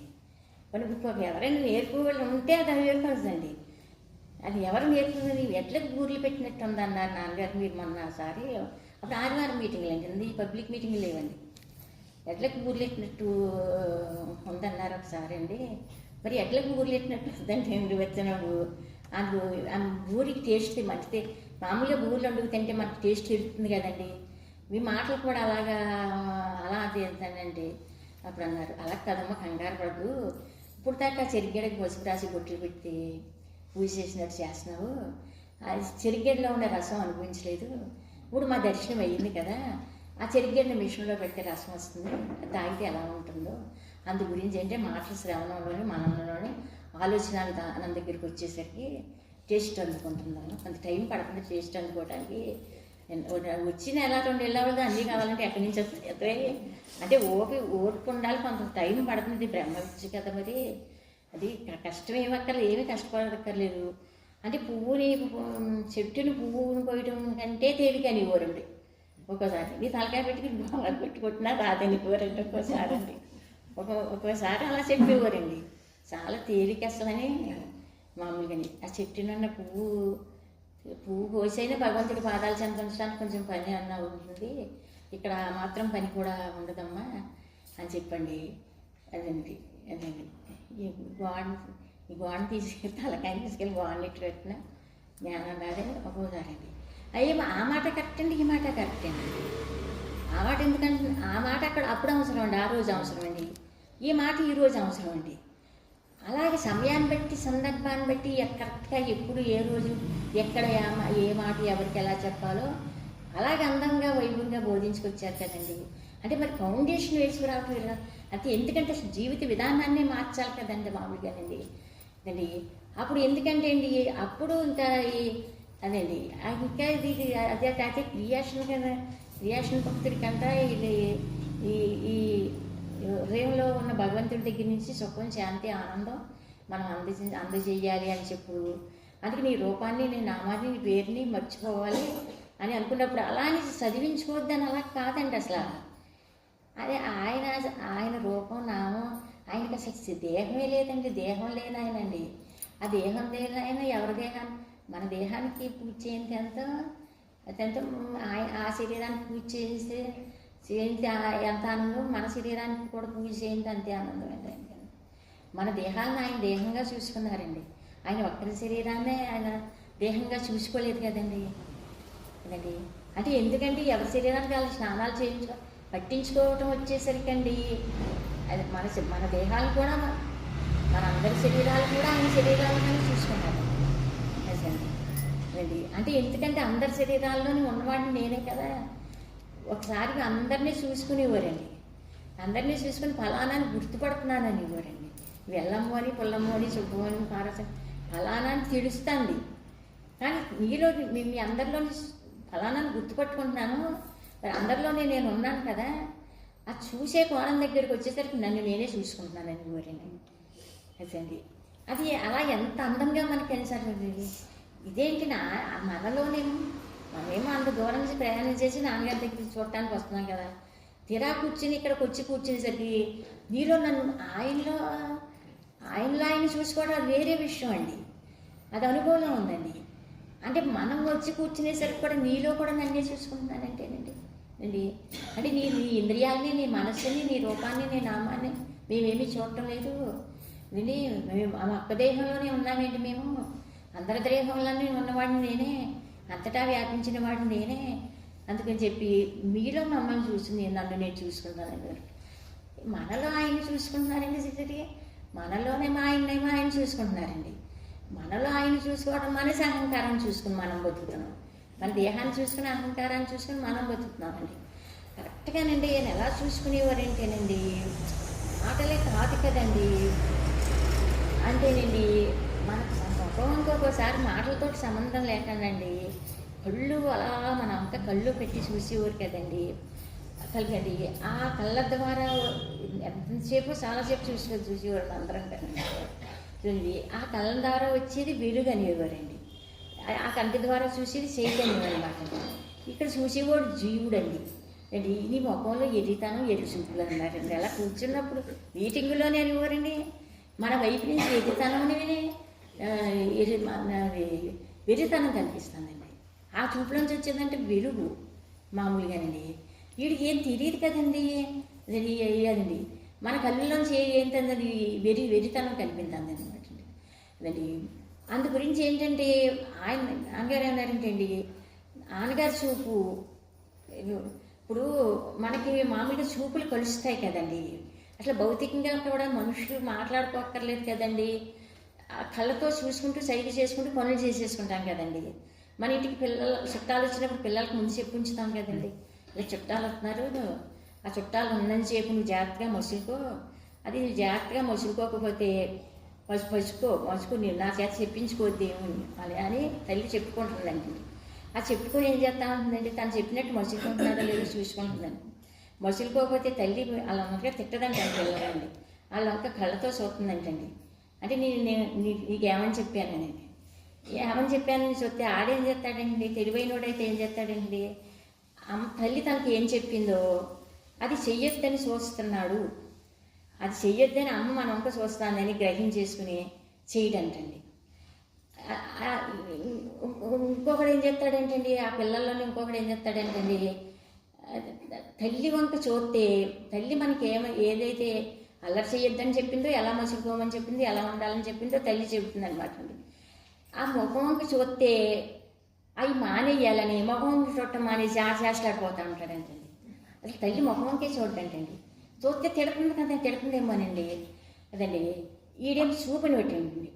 అలా భగవంతుడికి భక్తుడికి గురువుకి శిష్యుడికి ఎలా ఉండండి, నేను నీ వంక చూస్తున్నాను కదా, నేను నీ వంక చూసేటప్పుడు ఈ వైపు నుంచి చూసి చైతన్యం, ఆ వైపు నుంచి చూసేది జీవుడో మనసో, నీ వైపు నుంచి ఎటుతనం కనిపిస్తుంది, ఆయన వైపు నుంచి వెలుగు శాంతి కాంతి మన వంక చూస్తున్నారు అనమాట అండి. ఆ చూపు కలిస్తే క్షణంలో బాగుపడుకోవచ్చు అనమాట. అంటే మన వైపు నుంచి చైతన్యం అంటే ఈ మనస్సులో జీవుడో అజ్ఞానం అహంకారం వికారాలు ఏయోటి ఉంటాయి కదండి, అవన్నీ తప్పించి ఆయన చూపులో మన చూపు కలుపుకోవడం కోసం ఎంత ప్రయత్నం చేసుకుంటున్నాడో అంత ప్రయత్నం చేసుకునేవాడు మీవాడు ఏంటండి మౌనంగానండి. అంటే దాని విలువ మనకు తెలియదు కదండి. అంటే ఎందుకంటే చూపు ద్వారా తరింపు చేసేద్దామనండి చాలా వరకు కదండి. అయితండి అందు గురించి మనల్ని ఈ కోణంగా జీవించడం అప్పుడు కానీ ఇప్పుడు కానండి. మరి భగవంతుడిని స్మరణ అసలు మా భగవంతుడి రూపమో నామో మాటలో ఏదోటండి. అంటే భగవంతుడు ఇప్పుడు ఈ గదిలోనేమో స్మరణ,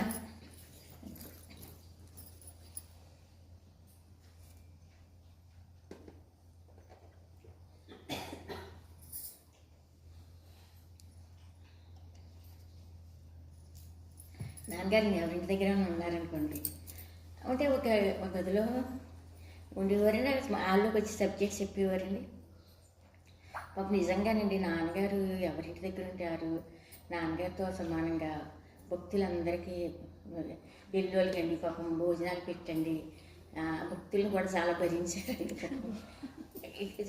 నాకు ఎందుకంటే నాకు అసలు ఎప్పుడు కూడా ఇవ్వండి అంటే మన నాన్నగారు భరించే కాదు, నాన్నగారు వెళ్ళిన వాళ్ళ ఇంటికాడ కూడా పాపం వాళ్ళు భరించి మనకి ఏదో ఫుడ్ పాపం హైదరాబాదు లక్ష్మి ఇంకా 4 నెలలకో 3 నెలలకో వెళ్తా చచ్చిపోతారంటే ముందు హైదరాబాద్లో ఎక్కడో ఒకసారి కలుసుకుంటే విడిగా నించున్నారండి. మామూలుగా ఎవరింటికి వెళ్తాం పార్లకి వస్తారని అడిగారు. అది హైదరాబాద్ లక్ష్మి గారింటికి తీసుకెళ్ళండి, ఒకసారి 15 రోజులు ఒకసారి 10 రోజులు అని నేను ఇక్కడ క్వశ్చనే చెప్పేదాన్ని. నాన్నగారు హైదరాబాద్లో చుట్టాలు చాలామంది ఉన్నారు రమ్మంటున్నారు. అలా అయితే నేను రానండి. మీరు కూడా మీరు ఎక్కడుంటే అక్కడే నేను ఉండే అవకాశం కనుక నేను మీ దగ్గర ఉండే అవకాశం ఉంటే వచ్చి ఆ 4 రోజులు ఉంటానండి, లేదంటే మొత్తాన్ని మానేస్తానండి, రానన్నారు. ఏమో అలా అంటారండి అనేవారండి. అదండి అంటే ఎందుకంటే నాన్నగారు మీరు అంటే మీ దగ్గర ఉన్నదానికి ఇంకా అక్కడ డిఫరెన్స్ చాలా తేడా ఉంటుంది నాన్నగారు. అంటే మీ దగ్గర ఉంటే మీ దగ్గరే ఉంటాననుకోండి 4 రోజులు, మీరు చెప్పిన మాటలు పట్టడం అంటే ఎలా ఉంటుందండి. మీరు మీ దగ్గర సబ్జెక్ట్ నేర్చుకుని చుట్టాలు బంధువులు స్నేహితులు ఇంకొక ఇంటికి వెళ్ళాను అనుకోండి అండి, అయితే వాళ్ళు వేసేస్తారండి నాన్నగారు. మీరు నా బుర్రలోదంతా ఆ మేత ఇవాళ మీరు చెప్పింది మొన్నాడు వేసేస్తారండి, అయిపోతుందండి కదండి. మామూలుగా చెప్పిన ఒక మాట 2 మాటలు నాకు నచ్చి అందుకు ఆ మౌనంగా అడుగుతాను నాన్నగారు. నన్ను మీరు ఎక్కడికి తీసుకెళ్ళకపోయినా నేను ఏమి అనుకున్నాను, కానీ ఎక్కడైనా అవకాశం ఉంటే మటుకు మీరు ఉన్న చోట ఉంటాను అంతే అండి. అలా అయితే అంటే అది ఒకటి ఒక దృష్టిలో పెట్టుకున్నారు. అంటే ఎందుకంటే కేవలం మనకి ఎవరో ఇదని కాదండి, అది విద్య రాణించాలి, నేర్పించాలి కదండి. మనకి విద్య ఎక్కడ నేర్చుకుంటాను. అప్పుడు అన్నారండి, అలా అయితే ఆశ్రమాల్లో మేము ఎన్నాళ్ళు ఉండాలంటే అన్నాళ్ళు ఉండొచ్చమ్మా, ఏ ఆశ్రమాలకు వెళ్ళినని ఎక్కడికైనా నేను సమయం చూసి సందర్భం చూసి నేను తీసుకెళ్తానమ్మా ఇప్పుడు అన్నానే అన్నాను. అవకాశం ఉంటే నాన్నగారు, లేకపోతే అసలు ఏమి వద్దు అలాగని అంటేనండి. అంటే యాజండి అక్కడ మనం ఎక్కడికి వెళ్ళినా ఎవరికి ఎక్కడ మనం ఇంట్లో ఉన్నా ఎక్కడికి వెళ్ళినా ఇంకా ఎందుకంటే నేర్చుకునే దృష్టి మనం ఒకటి పెట్టుకోవాలండి. మనకి ఓర్పు ఎంత అవసరం, నేర్పు కూడా అంతే అవసరం కదండి. మరి మనం విద్య నేర్చుకోవడానికి నేర్పేది గురువు కదండి, నేర్చుకోవాల్సి ఉన్నాను కదండి. ప్రతి క్షణం సబ్జెక్ట్ ఆయన సందేశం చెప్తానే ఉంటున్నారండి.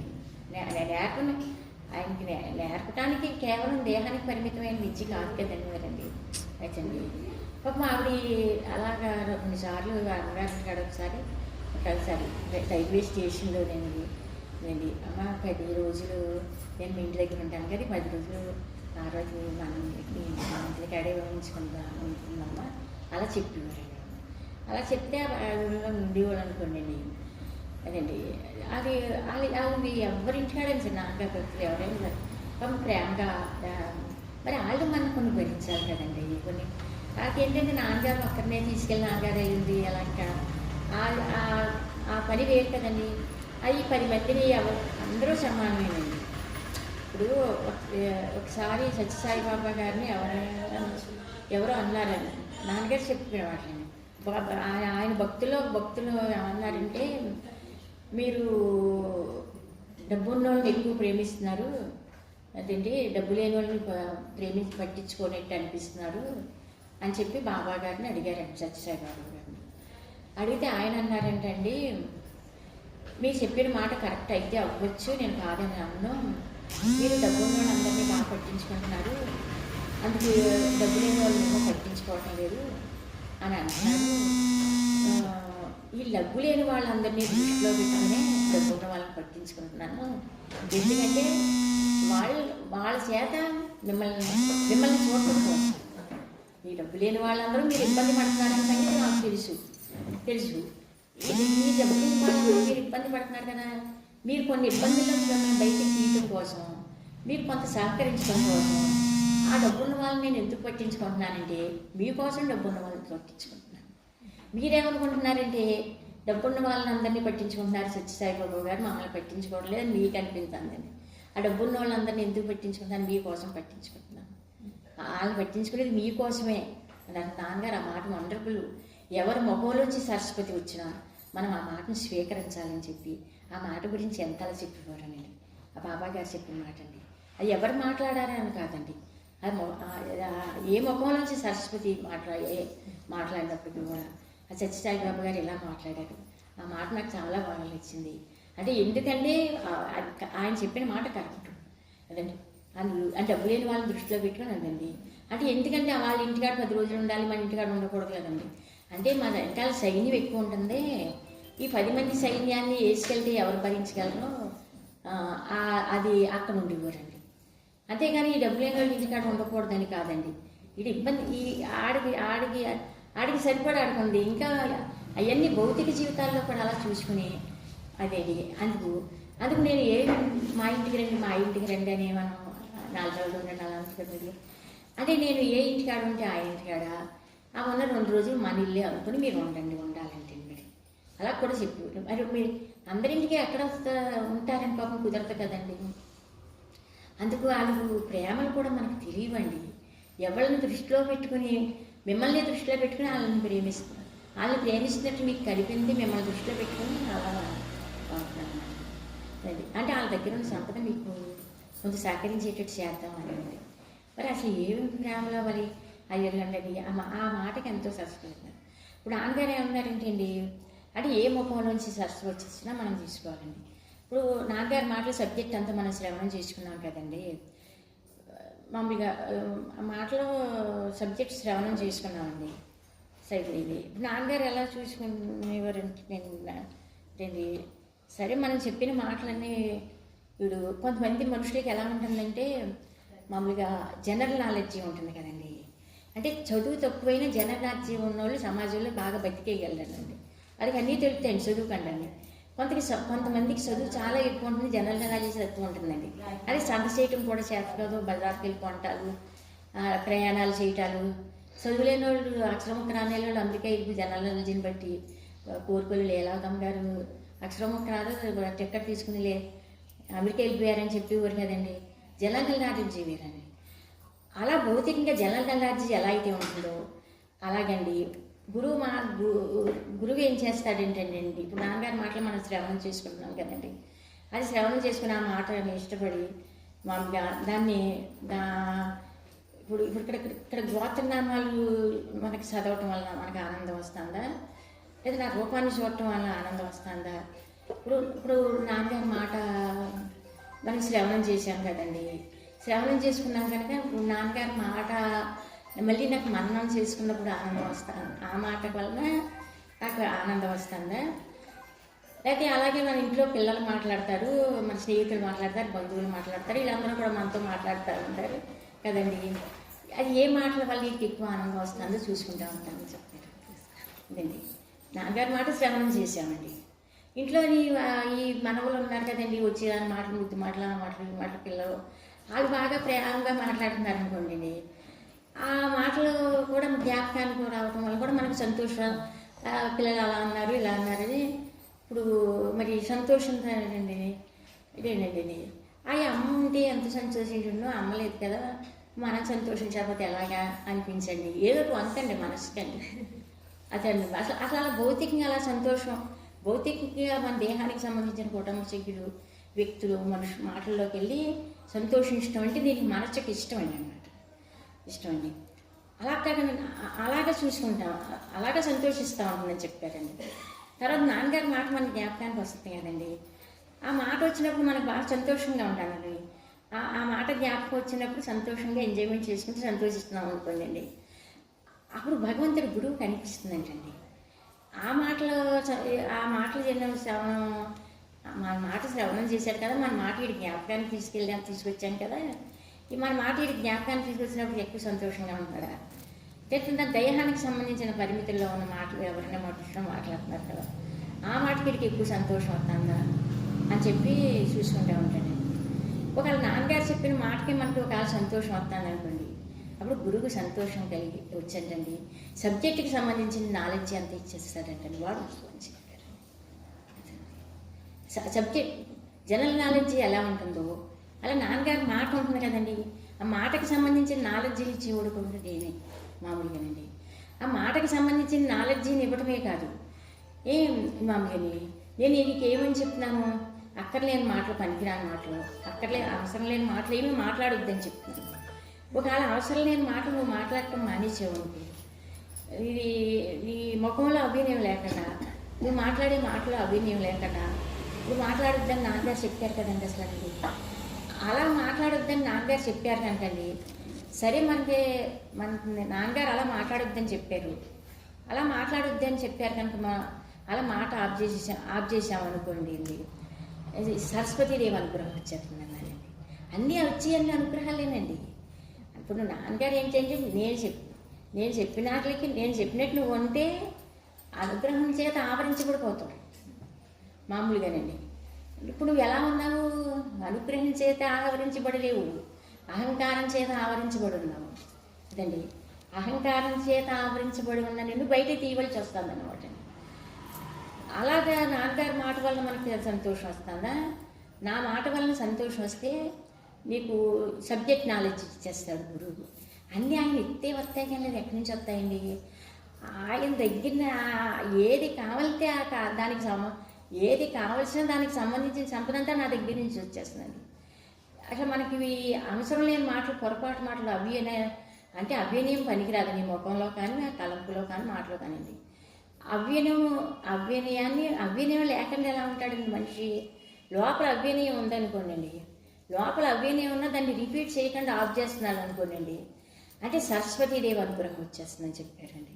అంటే సరస్వతీదేవి అనుగ్రహం ఎలా వస్తుందంటే, ఇప్పుడు నేను నీకేదో మాట చెప్తున్నాను కదా, నా మాట నువ్వు శ్రవణం చేసుకుంటున్నావు కదా, నా మాట నువ్వు శ్రవణం చేసుకున్నప్పుడు నువ్వు అడిగావు కదా, మొన్న ఏమని అడిగావంటే, నాన్నగారు మీరు చెప్పినట్టే డిటో అలా మాట్లాడాలంటే కష్టమండి, నేను అలాగా మీరు చెప్పినట్టే నేను మాట్లాడాలంటే ఇదేం గ్రామ్ఫోన్ రికార్డింగ్ కాదు కదా.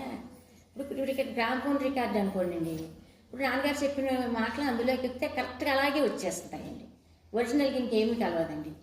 అదండి అలాగే మరి మనిషి చెప్పాలని తెలిసితే ఇక్కడ మనసు ఉందండి. ఇది ఒక యంత్రం, ఇది రేడియో కాదు, ఇది కాదు, యంత్రం కాదు కదండి. మరి మీరు చెప్పిన మాట చెప్పమంటారండి. మీరు చెప్పిన మాట చెప్పాలంటే మీరు చెప్పినట్టే చెప్పాలంటే ఎలాగన్నారండి. మీరు చెప్పినట్టు చెప్పాలంటే మాట వస్తువు అనుభవం లేదు, అది వేరే విషయం అండి. అలాగే ఎక్స్ప్లెయిన్ చేయాలంటే కష్టం. నాన్నగారు చెప్పమంటే చెప్తానండి, అది మీరు పర్వాలేదు చెప్పమంటే ఇప్పుడు చెప్పమని వల్లనే చెప్పమండి. పాపం ఎవరు చెప్పినానండి చదవాలండి, ఏదో శ్రవణం చేశారు కదా, నాకు మాటలు అలా చెప్పుకుంటా ఉండండి అంటే లోకంలో విషయాలు కాలక్షితానండి. అప్పుడు ఇలా చెప్పారు కదండి, మరి అవ్యయానికి సంబంధించిన మాటలు మాట్లాడద్దు నువ్వు అని. ఒకవేళ నిజంగా అవ్యయానికి సంబంధించిన మాటలు ఆఫ్ చేసామనుకుంటున్నామండి, సరస్వతీదేవి కటాక్షం వచ్చేస్తుందండి. అంటే సరస్వతీదేవి ఎలా అనుగ్రహిస్తుందంటేనండి, అందరి ఆశీస్సులు అందరి అనుగ్రహాలు ఉండాలి, దేవతల అనుగ్రహాలు మనకి అంటే దేవతలు అందరూ దేవతలు కదా. సరస్వతీదేవికి ఎలా అనుగ్రహిస్తుందంటేనండి, ఇప్పుడు నాన్నగారు చెప్పిన మాట నేను శ్రవణం చేసుకున్నాను కదండి, నేను శ్రవణం చేసుకున్నాను కనుక నాకు వస్తువు అనుభవం లేదండి, ఆ మాటను తిరిగి నాన్నగారు చెప్పమంటున్నారండి. సరస్వతీదేవి ఎలా అనుగ్రహిస్తుందంటండి, వీడు అవసరం లేని మాటలు రిపీట్ ఆఫ్ చేశాడు, అవసరం లేని మాటలు రిపీట్ ఆఫ్ చేయమన్నారు కనుక ఇప్పుడు అంటే అవసరం లేని మాట అంటే ఇది విమర్శించడాలు, తోలనాటాలు, ఇంకొక మనిషిని నిందించడం, అలాంటివి కొన్ని హింసా ప్రవృత్తి పనికిరాదన్నారు కదండి. అలాంటివన్నీ ఆఫ్ చేసుకున్నాం అనుకోండి, నాన్నగారు ఆఫ్ చేయమన్నారు, పోనీ నాన్నగారు ఆఫ్ చేయమన్నారు కనుక ఆఫ్ చేసుకుని చూద్దాం మనకి పరిణామం ఎలా ఉంటుందో. పరిణామం ఎలా ఉంటుందో చూసుకోవాలి కదండి, పరిణామం ఎలా ఉంటుందో చూసుకోవాలండి. అందుకు నా స్మరణలో ఉన్నంతసేపు అసలు పాడయ్యే అవకాశం లేదే. ఏ భక్తుడు కూడానే నువ్వు నాకు స్మరణలో ఉన్నంతసేపు పక్వానికి వస్తూనే ఉంటావు, పక్వానికి వస్తూ పక్వానికి వచ్చేసి లాస్ట్కి ఏంటి ఇప్పుడు కొండయ్యి రాదు అనమాట అండి. ఆ సరస్వతీదేవి ఎలా అనుగ్రహిస్తుందంటే ఏంటి, నాన్నగారి మాట మనం శ్రవణం చేసుకున్నాం కదండి, ఆ శ్రవణం చేసుకున్న మాటకండి బట్టి ఆ మాటకి సంబంధించిన కమాండ్ ఇస్తుందంటండి. అంటే నీకు ఎలా కావాలంటే అలా తిప్పుకో. ఇప్పుడు నాన్నగారి మాట నేను శ్రవణం చేసుకున్నానండి, సరస్వతీదేవి కటాక్షం వచ్చింది అనుకోండి, అసలు నేను అవసరం లేని మాట రిపీట్ ఆఫ్ చేయమన్నారు అనుకోండి, అవసరం లేని మాట రిపీట్ చేయటమే ఆఫ్ చేయమన్నారండి. ఆఫ్ చేసుకున్నాం అనుకోండి, ఆ సరస్వతీదేవి కటాక్షం అందరి నెత్తి మీద ఉంటుందండి. ఏముంది అవసరం లేని మాట, నాన్నగారు మానేమన్నారు, మానేస్తే అక్కడ యజ్ఞాల యాగాల పని ఏం కాదు కదండి. ఇನ್ನು కొంచెం నోరుని కంట్రోల్ చేయటమే కదండి, అంత కాదండి. ఇప్పుడు ఆహారం విషయంలో నోరుని కంట్రోల్ చేయడం, కొంచెం అవసరం లేని మాట రిపీట్ చేయటం విషయంలో నోరు కంట్రోల్ చేయటం తీరికేమగా ఉంటానండి. ఆహార విషయంలో నోరుని కంట్రోల్ చేయాలంటే కష్టం అండి, మనకు రుచులకి అలవాటు ఏం కదండి, మరి పూర్తికి రుచులు ఉండాలండి. ఇది ఏది పడితే తినేం కదండి. అదే అప్పుడు సరస్వతీదేవి ఏం చేస్తుందండి, నాన్నగారు చెప్పిన మాట ఏ మాట అయితే నేను చెప్పాలనుకున్నాను ఆ మాటకు సంబంధించిన కమైండ్ ఇచ్చేస్తుందంటండి, అనుగ్రహిస్తుంది. ఇది ధ్యాని నోట్లోంచి వచ్చిన మాట కదా, ఇది భగవంతుని నోట్లోంచి వచ్చిన మాట కదా. ఆ సరస్వతీదేవి సంతోషం కలిగి అనుగ్రహం కలిగి ఆ మాటకు సంబంధించిన కమైండ్ ఇచ్చి ఈ మాటని ఎలా కావాలంటే అలా తిప్పుకో, ఎలా వాడుకోవాలంటే అలా వాడుకో, ఎలా తిప్పుకోవాలంటే అలా తిప్పుకో, మాటని ఎలా కావాలంటే అలా వాడుకో, నేను దాన్ని ఎలా ఉపయోగించుకోవాలంటే అలా ఉపయోగించుకో. అందుకు నా మాటని నీ భాషలోకి మార్చేసుకో, నీ వాళ్ళలోకి మార్చేసుకో. ఆ అనుగ్రహం సరస్వతీదేవి కటాక్షం వల్ల వచ్చేస్తుంది. ఏమీ కష్టం ఉండదమ్మా మనం అనుకున్నది. వాళ్ళ అనుగ్రహాల చేత అంటే, ఎందుకంటే ఒక జ్ఞాని సహవాసం చేశాక, ఒక గురువు సహవాసం చేస్తామంటే అనుగ్రహం చేత ఆవరించబడి ఉండాలి నువ్వు. ఆ ఆవరణలో ఉండాలి, అనుగ్రహం యొక్క ఆవరణలో ఉండాలి. ఇప్పుడు మన ఇల్లు, మన పరిసరాలు, మన వాతావరణం. ఇప్పుడు ఇక్కడికి వచ్చామనుకోండి, ఇక్కడ మన మన మన పరిసరాలు, మన వాతావరణం, మన ఆవరణలోకి ఎప్పుడు వెళ్ళిపోవాలనుకుంటాం కదండి. మన ఇల్లు, మన పరిసరాలు, మన వాతావరణం ఎలా ఉన్నారు, మనకి ఆ నివాసానికి మనం అలవాటు పడ్డామండి. ఆ ఆవరణలోకి వెళ్ళిపోవడానికి ఇష్టపడిపోతామండి. మన ఇంటికి మనం వెళ్ళడానికి కష్టం ఉండదు కదండి. ఇంకొకరి ఇంటికాడ ఉండాలంటే కష్టం కాదండి, ఇక్కడ ఉండటానికి కష్టం ఉండదు కదండి మనకండి. అలాగండి మన ఆవరణ ఏంటి అసలు?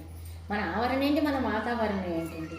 అంటే మన ఆవరణ ఏంటి, మన వాతావరణం ఏంటి, మనం ఉండవలసింది ఎక్కడ అనమాట అండి. అంటే భగవంతుడి యొక్క అనుగ్రహంలోని, భగవంతుడి యొక్క దయలోని, భగవంతుడి యొక్క మాటల్లోని, ఆయన రూపమో నామమో మాటలో ఆ వాతావరణంలోని, ఆ ఆవరణలోని మనం నివాసం చేస్తూ అనుగ్రహం చేత ఆవరించబడి ఉండవలసిన వాడు. నువ్వు అనుగ్రహం చేత అనుగ్రహంలో అనుగ్రహం చేత చుట్టబడాలి. నువ్వు ఆ వాతావరణంలో ఉండాలి, ఆ వాతావరణంలో నివాసం చేసుకోవాలి. కృష్ణుడు ఏమన్నాడంటే, ఈ లోకాలు సృష్టి అంతా ఉండగా భగవద్గీత నా నివాసం అని చెప్పాడు. నేను ఎక్కడుంటానని చెప్పాడు భగవంతుడు. నా నివాసం ఇల్లు ఎక్కడని చెప్పాడు అంటే భగవద్గీత నా నివాసం అని చెప్పాడు. అందుకే నా మాటల్లో నివాసం చేసుకుంటూ నా అనుగ్రహం అనే వాతావరణంలో జీవించి ఉండవలసిన వాడు. అంటే ధ్యాని సహవాసం చేస్తూ ఉన్నప్పుడు నా అనుగ్రహంలో ఆ వాతావరణంలో ఉండవలసిన నువ్వు ఇప్పుడు ఏ పరిసరాల్లో ఉన్నావు, ఏ వాతావరణంలో ఉన్నావు, నిన్ను ఎక్కడి నుంచి బయటకు తీసుకురావాలి అని చెప్పి అప్పుడు అలాంటి సబ్జెక్టు మంచి చెప్పినప్పుడు ఒక ఉదాహరణ చెప్పేవారు అనమాట అండి. ఈ సబ్జెక్టు మనకి ఇలా చెప్పే టైంలో అందుకే ఎందుకంటే భక్తుల పేర్లు ఉదాహరణలు గుర్తుంచుకో. ఆ భక్తుల పేర్లు గుర్తుంచుకుంటే సబ్జెక్ట్ మర్చిపోతామండి. అంటే మెయిన్గా ఏంటంటే భక్తులు అనేది సరిపోతుంది అందరినీ. నాన్నగారు ఎన్ని పేర్లు చెప్పినా పేర్లు మనకు గుర్తుండవండి. అందుకని చెప్పి ఒక భక్తుడి గురించి ఇలా చెప్పారు, ఒక భక్తుడి గురించి ఇలా చెప్పారు. రాజకీయ ప్రేమ, ఆ రాజకీయత నీతిగా వాళ్ళ పేర్లు గుర్తుండవండి. వాళ్ళు భక్తులే కదా అందరం. ఒక భక్తుడి గురించి ఎలా చెప్పారండి, ఇంకా అందరినీ మన భక్తుడు అని పేరు పెట్టి పిలుచుకోవటం మన పేరుకి కదనమాట అండి. నువ్వు ఇలా ఆవరించబడి ఉండాలి, ఇలా ఆవరించబడి ఉండవలసిన వాడు ఇప్పుడు ఎలా ఏ పరిస్థితిలో ఉన్నావు అసలు. అంటే నాన్నగారి చుట్టూ సహవాసం చేస్తున్నానండి. నా సహవాసం చూస్తూ, నా మాటలు శ్రవణం చేస్తూ, మననం చేస్తూ, నా అనుగ్రహంతో ఆవరించబడి ఉండాలి, నా దయతోటి చుట్టబడి ఉండాలి. అలా ఉండవలసిన వాడు మరి నువ్వు అలా ఉన్నావా? మరి అలా ఉన్నావంటే అలా లేవు, చూసుకో మరిది. ఇప్పుడు ఉన్నావు అహంకారంతో ఆవరించబడి ఉన్నావు, అహంకారం చేత ఆవరించడం. అహంకారంతో ఎలా ఆవరించబడి ఉన్నావో ఏదో చిన్న ఉదాహరణ చెప్తాము అని చెప్పండి. ఏదైనా ముందు మనకు ఒకటి చెప్పాలి అనుకున్నప్పుడు ముందు నవ్వొచ్చేది చెప్పేవారు కాదండి. మరి ఎందుకో ఏంటి మొహం ఇంత నవ్వుగా ఉంటే మనకి ఏం చెప్పదలుచుకున్నారో మామూలుగా అది చెప్పదలుచుకుందేదో పాపం చెబితే సిగ్గుపడతాడండి. అందుకంటే లేదండి, ఆయన చెప్పాలనుకుంటే చెప్పాలండి.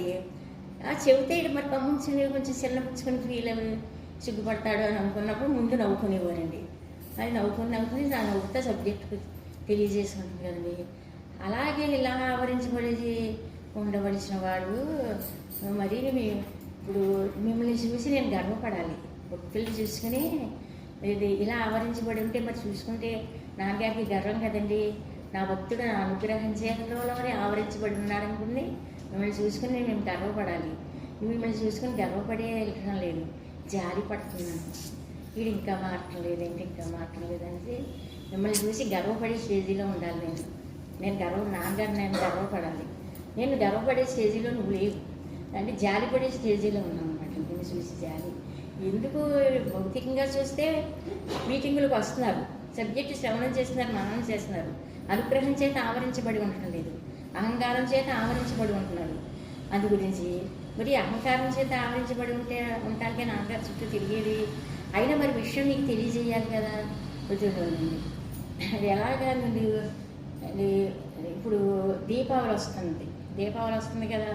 దీపావళి వస్తే పూర్వని మందులు కాలకాలండి ఏదో గుమ్మడి పొట్లం ఏదో చేసి దాన్ని ఒక పుట్లో పెట్టి నిప్పండించి పైన ఎత్తే అది రాజుకునేది కదండి. కొంచెం ఏపుంటే అది రాజుకుంటుంది కదండి. కొంచెం ఏపు అది అంతే రాజుకుని బాగా నిప్పు అంటుకున్నాక ఈ దీటికారులు అయ్యి వెలిగించేశాక పిల్లలు చిన్నప్పుడు అవి అంటే మనం చిన్నప్పుడు ఏం చేసామో అయ్యే మనకి ఉదాహరణ చెప్తే బాగుంటుంది కదండి, మర్చిపోరు కదండి అసలు. అలాంటివి చెప్పుకొచ్చారు కదండి అన్నాం కదండి. అప్పుడు దాని చేత అది వెలిగిపోయే టైం చూడండి పావుగంట ఉందండి ఇంకా. అది దాని చేత అహంకారం చేత ఆవరించబడి అంటే అది గుమ్మడి బట్టలో పైన విప్పి పెట్టేసి అయితే అప్పుడు వీడు ఏం చేస్తాడంటే పిల్లలు మధ్య ఒక చోట నుంచుంటాడండి. ఒక చోట నుంచి గుమ్మం దాన్ని పట్టుకుంటాడండి. దాన్ని పట్టుకుని దాని చుట్టూ తిప్పుకుంటాడండి. చుట్టూ తిప్పుకుంటామంటండి. చుట్టూ తిప్పుకుంటే అప్పుడు ఆ నిప్పు రాజుకుపోయింది కదండి. తన చుట్టూ ఇలా తిప్పుకుంటున్నాడు కదండి. తన చుట్టూ ఇలా తిప్పుకునేసరికి ఆడు చుట్టూ అగ్ని తిరుగుతున్నట్టు ఉంటుంది కదండి. అది ఆ గుమ్మడి పొట్లం చుట్టూ ఇప్పుడు ఆడ చుట్టూ నిప్పు ఉందా, ఆ గుమ్మడి పొట్లం ఒక్కదానికే నిప్పు అంటించుందా, అది మనం చూసుకోవాలి కదా. అక్కడ నేను అన్నది ఆ గుమ్మడి పొట్లం ఏదో తొట్టిలో పెడతాడు పేరు, దానికే ఒక్కదానికే నిప్పు అంటించుంది. వీడు దాన్ని ఏం చేద్దాంటే దాన్ని చుట్టూ తిప్పుకుంటున్నాడు. దాన్ని చుట్టూ తిప్పుకుంటూ ఆ ఎలుతురుని చూసుకుంటూ ఆనందించబడుతున్నాడు. ఆడు ఆ మందు కాల్చుకుంటూ ఆ గుమ్మడి పొట్లను చుట్టూ తిప్పుకుంటూ చూసుకుంటూ అలా ఆనందపడుతున్నాడు. అలాగే నీకు అజ్ఞానం, అహంకారం, నేననే తలంపు, చిన్న మనస్సు ఏదో భగవంతుడి దగ్గర నుంచి ఒకటి వచ్చింది.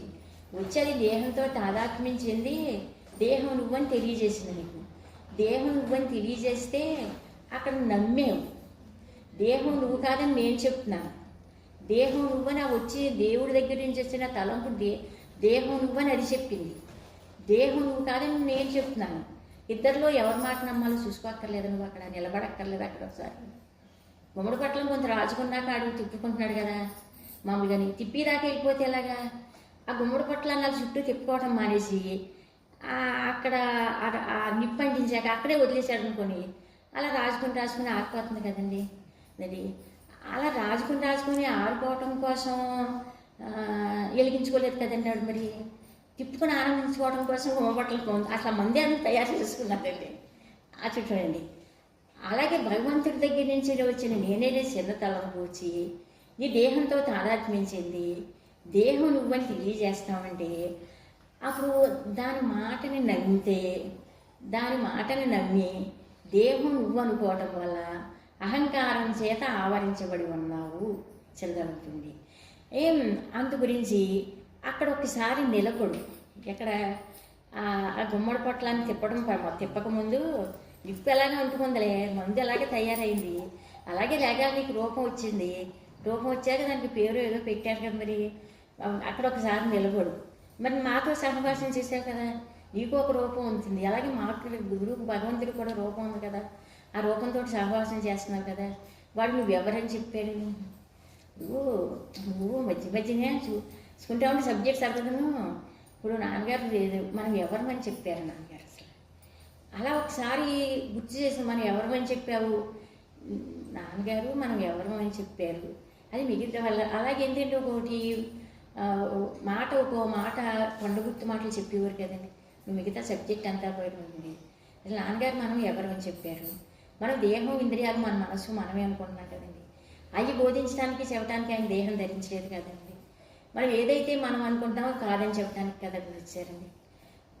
నీకు వస్తువు అనుభవంలో లేకపోయినానండి మనం ఎవరో మనకు తెలియటం లేదండి. మనం తెలియజేయడానికి వచ్చారు కదండి. నువ్వెవరో తెలియజేయడానికి వచ్చాను కదా. ఈ మూడిట్లకి సంబంధించినోడు కాదని చెప్తున్నాను. నువ్వెవరో ఉన్నట్టుగా నీకు అనుభవం లేదు. అనుభవంలో ఉన్నా లేకపోయినా నువ్వు ఉండటానికి సంబంధించినోడువే, చైతన్యానికి, ఆత్మకి, భగవంతుడికి సంబంధించినోడు అని చెప్పారు. ఆ మాట శ్రవణం చేశాను కదండి. ఇప్పుడు మరి నాన్నగారంటే ఇష్టం అనిపించాను కదండి. మనకి నాన్నగారంటే ఇష్టమైనప్పుడు మనకి ఇష్టమైన నాన్నగారే మనకు ఆ మాట చెప్పారు కదండి అండి. అని నాన్నగారు నాన్నగారు నేను ఏమని చెప్పాను నీకు? దేహం నువ్వని చెప్పాను ఎక్కడన్నా. నేను చెప్పింది టీచింగ్లో దేహం అని నువ్వని నేను ఎక్కడన్నా చెప్తే అప్పుడు నువ్వు నిలబడక్కర్లేదు, ఆలోచించక్కర్లేదు. దేహం నువ్వని నేను ఎక్కడా నీకు చెప్పలేదు. దేహం నువ్వు కాదని చెప్పాను. రాత్రి సుషిప్త అవస్థలో అంటే అది ప్రతి ఒక్కడు అనుభవం అని అన్నమాట. అది మన అనుభవాన్ని మనకి పట్టిస్తారండి. మీ అనుభవాన్ని మీకు పట్టిస్తారంటే నా అనుభవాన్ని నాకు పట్టిస్తారనమాట అండి. దేహం నువ్వని నేను నీకు చెప్పలేదు కదా మరి. అక్కడ ఒకసారి సరే మెలకు వచ్చింది. మెలకు వచ్చాక నిద్దట్లోకి మనసు నేను ఎక్కడికి వెళ్తాందో తెలియదు అనుకండి, ఎక్కడి నుంచి వస్తుందో తెలియదు. దాటి వెళ్తే పట్టేద్దు కదండి. అందుకే కుక్క చేసే పని కూడా చేయలేనా అంటే కుక్క యజమాని జాడలను బట్టి యజమాని పట్టేస్తుంది. అందుకు ఈ నేనైతేనే తలంపు ఎక్కడి నుంచి అయితే వస్తుందో దాని జాడను బట్టైనా నువ్వు ఉన్నావని చెప్పి దాన్ని పట్టుకునే నీ దగ్గరికి వచ్చేయగలను. ఆ మాత్రం పని కుక్క చేసే పని కూడా చేయలేనండి. మరి కుక్క చేసే పని కూడా మనం చేయలేకపోతున్నాం కదండి. ఆ భగవాన్ ప్రార్థన, నాన్నగారి ప్రార్థనలు మన తరపునే కదా, ఆలు ప్రార్థనలు ఎందుకండి. అంటే భక్తుడు భగవంతుని ఎలా ప్రార్థించాలో కూడా మనకు తెలియదు కదండి. ఎలా ప్రార్థించాలో నేర్పారండి. ఇంకా మన తరపున ఆయనే ప్రార్థించేసేవారండి. ఇంకా ప్రార్థన చేయటం కూడా రాదు. ఆ భక్తుడి తరపున వాడి తరపున నేను ప్రార్థన చేస్తున్నాను అని మన తరపున ప్రార్థన ఆయనే, అనుగ్రహం ఆయనే, భగవంతుడికి అన్నీ ఆయనే. ఆశ పనికిరాదు, వాళ్ళకి తెలిస్తే ఎలా ఎంచుకుంటారు అని చెప్పండి. అది అలాగా అన్ని కోణాలుగా అన్ని రకాలుగా చూసి మన వైపు నుంచి ప్రార్థన అయినండి. సాధన నాన్నగారండి. ఆయన సాధన నేనే చేసుకుంటాను, ఇప్పుడు పడుండు సరిపోతున్నారు, ఏమి చెయ్యక్కర్లేదు, పడుండు, మనసు కావాలంటే ఉంచుకో, తీసేయాలనుకుంటే తీసేయాలని బుద్ధి రాలేదండి. ఇంకండి వస్తే ఆయన ఇంటర్వ్యూ రావడానికి బలవంతాన్ని తీయనని చెప్తున్నారండి. ఇందులో ఇంటర్వ్యూ ఎత్తారండి. అది కనీసం పోనీ ఒకసారి నిలబడాలి కదా మాట్లాడడానికి. ఇప్పుడు జాగ్రత్త అవసరం కొద్దిగా మెలకు వచ్చేసింది. మెలకు వచ్చాకండి దేహాన్ని మర్చిపోయి ఉన్నావా లేదా కొంత టైం. అది ప్రతి ఒక్కడ అనుభవం, మోక్షం ధ్యానం అండి. అంటే రాత్రి సుషిప్తావస్థ స్థితిని జ్ఞాపకం చేసుకోవడం, నిద్రపోయే ముందు మరణాన్ని జ్ఞాపకం చేసుకోవడం సాధనలో అయిపోవడం ఒక భాగాలుగా వచ్చేస్తాయి అన్నారండి. అది ఈరోజు మంచం మీద పడుకొని తీసేయడం, అది ఎప్పుడు ఇలా ఈ మంచం మీద ఈ పడుకొని ఈ ఇంట్లోనే తిరుగుతుందా. ఇది మన భూమిలో మట్టిలో కలిసే రోజు వస్తే ఇంకా ఇదండి. ఈ శరీరంలోంచి ఈ దేహం నివాసం చేయటం ఇది గురప్రవేశం రోజునండి. గురప్రవేశం రోజు మనం ఏం ఆశ, నాన్నగారు రావాలి, మనని ఎలా ఆశీర్వదించాలండి. ఆశీర్వదించారండి. ఎక్కడికి ఆయన తీసుకొచ్చి ఈయన చేతిలో పెడితే ఈయన తీసుకెళ్ళి ఆయన చేతిలో పెట్టడానికి ఆశీర్వాదాలండి. అసలు ఆశీర్వదమే రండి. భౌతికంగానే ఆశీర్వాదం ఉందండి. ఆయన ఆశీర్వాదం ఒకటి చూడండి. అంటే ఆయన అనుగ్రహం, ఆశీర్వాదం, అది వ్యక్తిభావన దేహభావన నశించాలి, హృదయంలో ఉన్నవాడిని స్వరూపంగా అనుభవంలోకి తీసుకురావడానికి ఆ పూర్తి ఆశీస్సులు అక్కడ పెట్టారండి. ఒరిజినల్ ఆశీస్సులు అక్కడికి చేర్చడానికి గురి పెడుతున్నారు అనమాట. ఆయన చేతికి మరి అందించడం అనే పని ఆయనకు ఉంది కదండి. మనకేంటంటే ఇలా వెళ్ళిపోతే చాలా రోజులు. అంటే పిక్కలు కొట్టుకునేవాడు ఏ రోజుకి ఆ రోజు బతుకుతాడు కదండి. అది ఏ రోజుకి ఆ రోజు కూలి పని చేసుకుని ఆ రోజు గడిపితే చాలు అనుకుంటారు కదండి. ఇప్పుడు భక్తుల జీవితం కూడా అలాగే ఉంది. ఏ రోజుకి ఆ రోజు నీ కుటుంబంలో నీ జీవితంలో ఆ కష్టాలు, ఆ సుఖాలు, నష్టాలు, బాధలు అవి సరిపెట్టుకుని సమాధానం కట్టడానికి ప్రస్తుతం మా రూపాన్ని, నామాన్ని, మా సహవాసాన్ని చేసుకుని నువ్వు అంతవరకు బతుకుతున్నావు. నువ్వుకి అది సరిపోతుంది అనుకుంటుంది. అందుకని దేహం ధరించి భూమి మీదకి వచ్చేది. ఈ భూమి అంతా మొత్తం అంతా ట్రైనింగ్ అవ్వడానికి నీ భూమి మీదకి వచ్చావు అనమాట. మనం వచ్చిన పని వేరు అదండి. మనం రోజులు బాగా వెళ్ళిపోతే సరండి. అది నాన్నగారి మాటలతో ఏ రోజుకి ఆ రోజు ఏ రోజు వచ్చిన డబ్బులు ఆ రోజు బతకడానికి సరిపోతాయి. మళ్ళీ మొన్నాడు కష్టపడి కూలి పని చేసుకుంటే కానీ ఆ రోజు నిలవక ఆదాయం ఏమి ఉండదు కదండి. ఆడు ఎలా బతుకుతాడు. అలా మమ్మల్ని మా సహవాసాన్ని, మా రూపాన్ని, నామాన్ని కూడా అలా ఉపయోగించుకుని ఏ రోజుకి ఆ రోజు బతికేస్తున్నాను అంతే అనమాట. అందుకని ఏంటంటే ఇప్పుడు అర్జునుడు ఉన్నాడండి. అర్జునుడి దగ్గర బోల్డ్ ఆయుధాలు ఉన్నాయి అన్నమాట అండి. అర్జునుడి దగ్గర ఆయుధాలు ఎందుకు ఉన్నాయి, కనిపించిన వాళ్ళ మీద గురి పెడతాడండి ఆయుధాన్ని అండి. అదండి శత్రువు ఎక్కడ తటస్థిస్తే అక్కడ ఆయుధం మీద గురి పెడతాడండి. అర్జునుడికి ఎంత వీరుడో ఆ మాత్రం వీరత్వం గురువు నీకు ఇవ్వకుండా ఎలా ఉంటాడు. నువ్వు వీరుడు, అర్జునుడు వీరుడే, నువ్వు వీరుడివే. ఒక జ్ఞాని సహవాసం చేస్తామంటే అది యుద్ధం చేయవలసిన అవసరం దేహ ప్రారంభంలో అర్జునుడికి ఉంది. ఆ భగవద్గీతను సంబంధించి అది భగవంతుడికి అర్జునుడికి అర్జునుడు. మరి నీకు వీరత్వం లేదా అనండి, నువ్వు వీరుడు కాదా అనండి. అందుకే కదా అంతర్వేది మీటింగ్లో మారింది ఇది. అంటే వీరులు ఎవరైనా ఉన్నారా, అంటే వీరులు ఎవరైనా ఉంటే అంటే నేను నీకు మోక్షాన్ని జ్ఞానగానే ఇవ్వగలను అనమాట. ఈ క్షణంలో ఇక్కడే ఇప్పుడే ఇవ్వగలనండి. అది పుచ్చుకోవడానికి వీరులు ఎవరైనా ఉన్నారా, ధీరులు ఎవరైనా ఉన్నారా? నీకు వీరత్వం అంటే లేచి రానమాట అండి. ఎవరు లేచి వెళ్తారండి అసలు? మీటింగ్ అయిపోయాక ఏమన్నారంటే దిగి వెళ్తామనండి. నేను పిలిచాను కదా రమ్మని, అదండి. అంటే వీరుడు ఎవరైనా ఉంటే లేచి రమ్మని. అది మేము నా జ్ఞానాన్ని మేము ఏ సుఖాన్ని శాంతిని ఆనందాన్ని ఏదైతే అనిపిస్తున్నామో అది మీకు ఇవ్వటానికే రమ్మన్నాను చెప్పండి. వీరులు ఎవరైనా రమ్మన్నారా రమ్మంటే ఈ సభలో కనుక స్వామి వివేకానంద అంటే లేచి వద్దురు అందుకు అది ఎవరో రాలేదు. నేపాల్ మామే దేకండి అన్నారంట.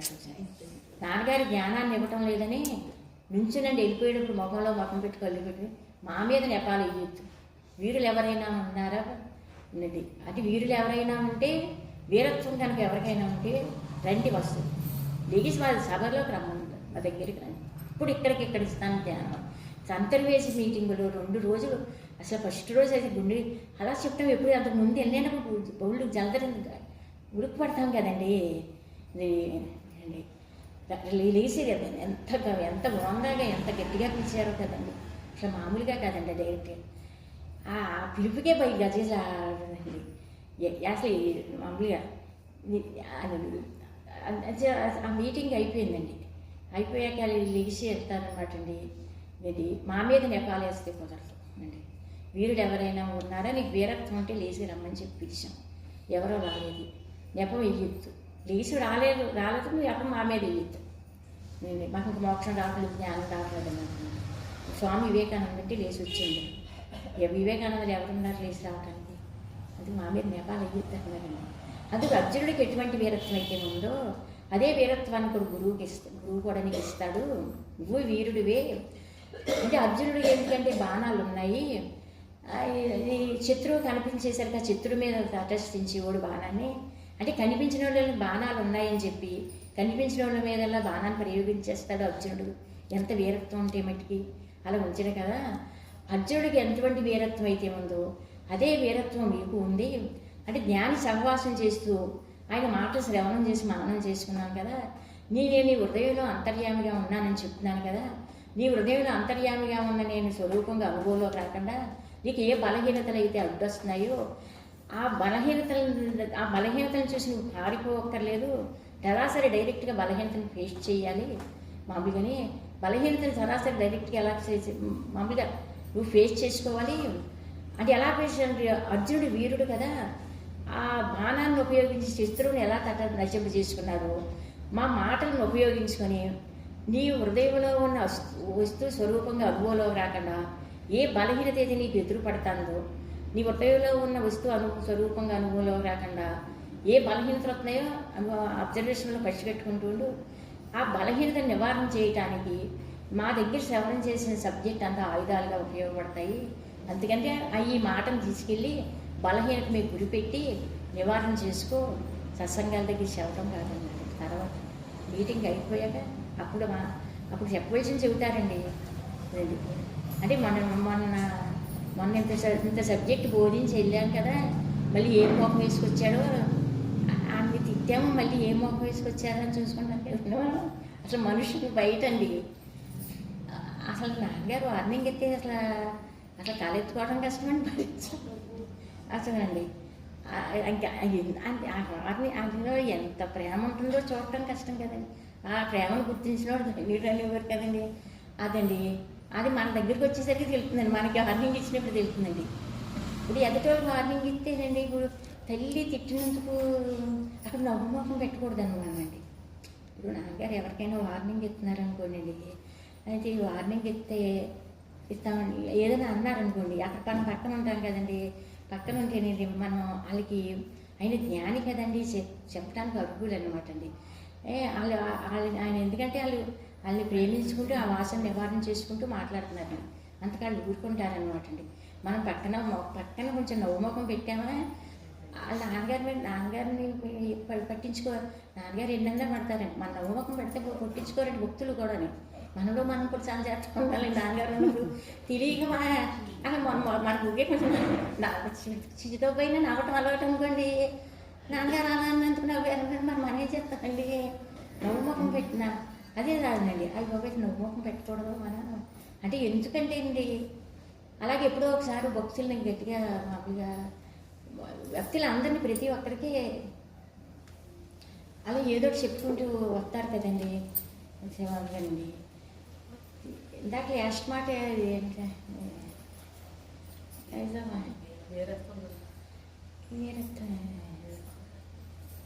అలాగే అన్నారండి. అక్కడ నిలబడాలి నువ్వు. అదే నాన్నగారు మరి మా మాటలు శ్రవణం చేసుకున్నావు కదా, అవి ఏం చేసుకుంటావు. ఇప్పుడు నాన్నగారేమో ఏమని చెప్పారంటే నువ్వు దేహానికి సంబంధించిన వాడు చెప్పారు. ఈ మనసేమో తలంపు వచ్చి దేహం తాదాత్మ్యంతో చెందడం వలన సరిగ్గా దేహం నువ్వని అది తెలియజేస్తుంది అనమాట. దేహం నువ్వని తెలియజేస్తుంది. దేహం నువ్వని నువ్వు తెలియజేస్తున్నావు. ఈ దేహం నువ్వు కాదని చెప్పి నాకు నాన్నగారు తెలియజేశారు. అక్కడ మన ఇద్దరిలోని ఎవరి మాట నమ్మాలి అని ఒక్కసారి నిలబడి ఆలోచించుకున్నాను. ఇప్పుడు అది చేస్తున్నాను. 2-3 నెలలకి శరీరం విడిచిపెట్టి ముందు 1 సంవత్సరానికి సబ్జెక్ట్ మళ్ళీ మారిపోయిందండి. ఫైనల్గా మీటింగ్లో కూడా అంటే కొంచెం ఆలోచించగలి కదండి. అంటే ఎందుకంటే అండి అంత ఒరిజినల్గా సబ్జెక్టు అంటే ఏ మనిషి మట్టికి ఆ మనిషికి ఆ మాటని ఆ మననం చేసుకునండి, కొంచెం ప్రాక్టీస్ చేసుకుని ఆశ్రమించండి. ఆ కాళ్ళ మీద వాళ్ళు నిలబెట్టేద్దామండి. నా మీద నేను మీ మీద పడకూడదు, మీరు నా మీద ఆధారపడకూడదు. రామగారు ఆశీస్సులు అయ్యండి. మీ కాళ్ళ మీద మీరు నిలబడాలి, నా కాళ్ళ మీద నేను నిలబడాలండి. అప్పుడు నాకు నడవడానికి బలం వస్తుందండి. నాకు ఏదైనా అనారోగ్యం అనుకుంటే మీరు ఏదైనా అవసరమైతే వైద్యం చేయించగలగానండి. నాకు నడిచే శక్తిని మీరు ఇవ్వలేరు కదండి. అప్పుడు నడిచే శక్తినిచ్చే శక్తి వేరుగా ఉంది కదా చైతన్యం అండి. అందుకు మీకు శక్తినిచ్చి మిమ్మల్ని నడిపించుకుంటారండి, నాకు శక్తినిచ్చి నన్ను నడిపించుకుంటారు. అలా ప్రతి ఒక్కడూ కూడానండి ఎవరి కాళ్ళ మీద అది నిలబడాలండి. 100% ఆయన అదే అంటే అనుకరణ లేకుండా బూడికలు అంటారు. మనం ఎవరు ఏది చెప్పినా వినాలండి మామూలుగానండి.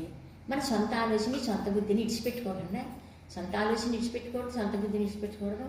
కానీ నమ్మదగిన వారు నాన్నగారు ఒకటి, అది ఒక్కటి అన్నీ వినొచ్చండి మామూలుగా.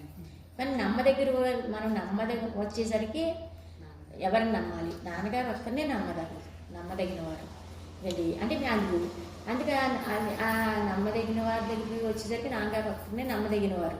కొంచెం లేట్ అయినా 10 రోజులు అటు అయినా అది సెటిల్ చేసుకోవాల్సింది ఆయన పట్ల ఉన్న నమ్మకాన్ని మాకు సెటిల్ అవ్వాలండి. ఈ నమ్మకం మిగతా నమ్మకాలను తుడిచిపెట్టేస్తుందండి. అది మిగతా నమ్మకాలన్నీ ఇప్పుడు ప్రస్తుతం బాగుపెట్టుకోవక్కర్లేదండి. మరి మనం నమ్మినట్టు నటించకపోతే జీవితాలు వెళ్ళవండి.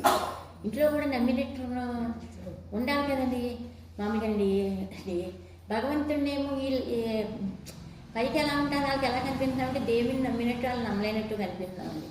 వాళ్ళు నమ్ముతున్నట్టునే కనపడినా వాళ్ళు నమ్ముతున్నట్టు కనపడాలి, దేవుడు నమ్ముతున్నట్టు వాళ్ళకి తెలియకూడదండి. భక్తిని అంత రహస్యంగా దాచుకోమని కదండి. అంతే మొక్క చెట్టు చిన్నగా వస్తుంది చూసుకుంటున్నాం కదండి. చిన్నగా వచ్చినప్పుడు మొక్కలకు రక్షణ లేకుండా వదిలేస్తే ఎలాగండి? వదిలేస్తే మేక ఏదో మేసేసి వెళ్ళిపోతుంది కదండి. అదే మొక్క వృక్షం అయిపోయింది అనుకోండి, దాని మొదల్ని పశువులు రాసుకున్న ఆ చెట్టుని ఇంకేమీ చేయలేవు. దాని మొదల్ని పశువులు రాసుకున్న పశువులు దానికి దోవేసుకున్న ఆ పశువులు ఆ మొక్కను ఏమీ చేయలేవు అనే వరకు గురువు రక్షణగా చూసుకుంటారు అన్నమాట. ఇప్పుడు ముందే బయటికి మన భక్తి అంతా ముందు కనిపించి బయటకు పిందిగా చిన్న మొక్కగా ఉన్నప్పుడు నేను భక్తులను ఎగిరిపడ్డా అనుకుని ఏ మేకం వేసేస్తుందండి. అందుకు అక్కడ రక్షణ అక్కడ అవసరం అండి. అహంకారం మీద దెబ్బ పడనివ్వాలండి. నాన్నగారి పట్ల మనకున్న విశ్వాసం లేని వాళ్ళు ఉంటారు కదండి. అదండి ఇక్కడ దెబ్బ పడకుండా కాపుతాలు కాసుకోమని చెప్పారు. అక్కడ దెబ్బ పడిని నువ్వు ఎలాగో పట్టలేకపోతున్నావు కదా, నీ అహంకారం మీద దెబ్బ నువ్వు ఎలాగో పట్టలేకపోతున్నావు. అలా నిలబడి ఆలోచించడం వలన నీకు అక్కడ ఎంత ఉపయోగం జరుగుతుందో. అనుగ్రహం ఎక్కడ కావాలంటే అక్కడ అవుతుంది.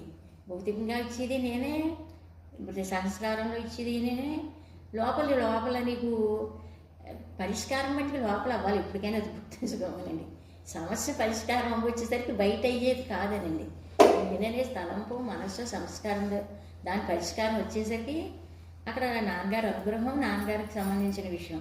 అప్పుడు నువ్వు దాన్ని తీసేయాలి, ఈ మనసు నాకు అవసరం లేదు అనే స్టేజ్ ఏమో అంత మనం కూడా జ్ఞానం కోసం ఎదురు చూసినట్టు ఉండకూడదండి. ఆయన ఒకసారి సంజారు నానంటారు కదండి అరుణాచలం, ఆరింటికి ఎప్పుడో తీసుకెళ్ళేవారు అనమాట అండి. తీసుకెళ్తే ఆయన ధ్యానంలో కూర్చొని గంట 2 గంటలే అన్నీ చక్క బాగా అడుగుతారు కదండి. అన్నీనే ఇదండి 2 గంటలు 3 గంటలు ధ్యానం చేస్తాను అది అంటే వాళ్ళు ఆనందపడ్డారు, నాన్నగారు సంతోషించారండి. అదే ఆనందం అదండి. అంటే అంటే ఎవరో విశ్వాసాలు నమ్మకాలు చెదరగొట్టకూడదండి. ఎవరైనా రావి చెట్టుకి దీపం ఉంచుకుంటున్నారు అనుకోండి, అది ఆ రావి చెట్టు దీపాలు ఏంటండి. అరుణాచలాన్ని సునీలు అని ఉన్నారు కదండి అబ్బాయి, ఎవరని సంజ చుట్టాలు అని నాన్నగారు రూమ్లోకి వచ్చి కూర్చునేవారు కదండి. కూర్చున్నప్పుడు భగవాన్ని నాన్నగారు ఏదో ఒకటి అంటారు కదండి, బంధాలేనాను అలానో ఏదో రాక్షస అలా నాన్నగారు మాట్లాడతారు. అంటే ఆయన జ్ఞాని కనుక వాడటానికి సరిపోతారండి. అదే మాట నాన్నగారు అన్న మాట అండి సునీల్ చేత తిరిగి రిపీట్ చేయించాలని చెప్పండి. ఇప్పుడు మన భక్తులు కూర్చున్నాం అనుకోండి, ఇదేంటి భగవాన్ గురించి అలా చెప్పండి, భగవాన్ ఎంతమంది అమ్మ ఏంటి అని చెప్పి మళ్ళీ మాట రిపీట్ చేయమన్నారు అనుకోండి, నాన్నగారు రిపీట్ చేయమంటున్నారు కదని చెప్పి మన భక్తులు చాలా వెంటనే రిపీట్ చేసేసారు అనమాట అండి. చేసేస్తే సునీల్ దగ్గరికి వచ్చేసరికి అండి నాన్నగారు అన్నమాటని సునీలు నేనేం చెప్పాను మళ్ళీ మాట రిపీట్ చేయనేసరికండి నవ్వుకుని తలంచుకునేవారండి. అంటే భగవాన్ దగ్గరికి వచ్చేసరికి ఆ మాట వాడటానికి వీరే సరిపోతారు. ఆ మాట వాడటానికి నా భగవాన్ని బండాయనని అలాంటి మాటలు కొన్ని అంటే ఇద్దరు ఒకటే కదండి వాళ్ళు వాడుకుంటారనమాట అండి.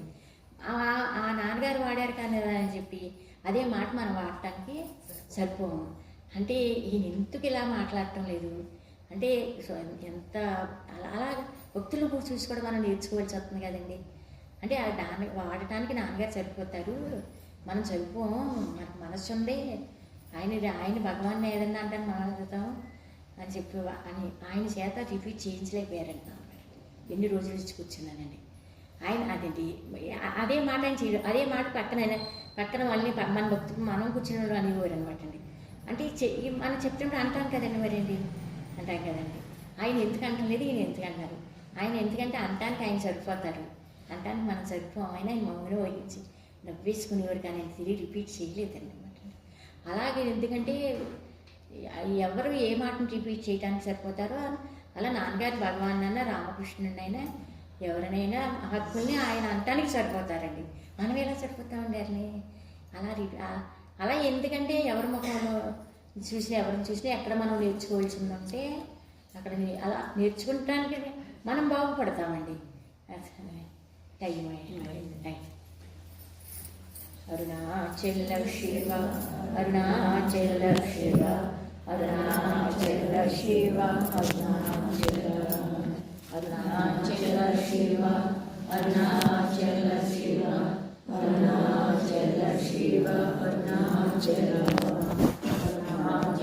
శివ అరుణాచల శివ అరుణాచల శివ అరుణాచల హరి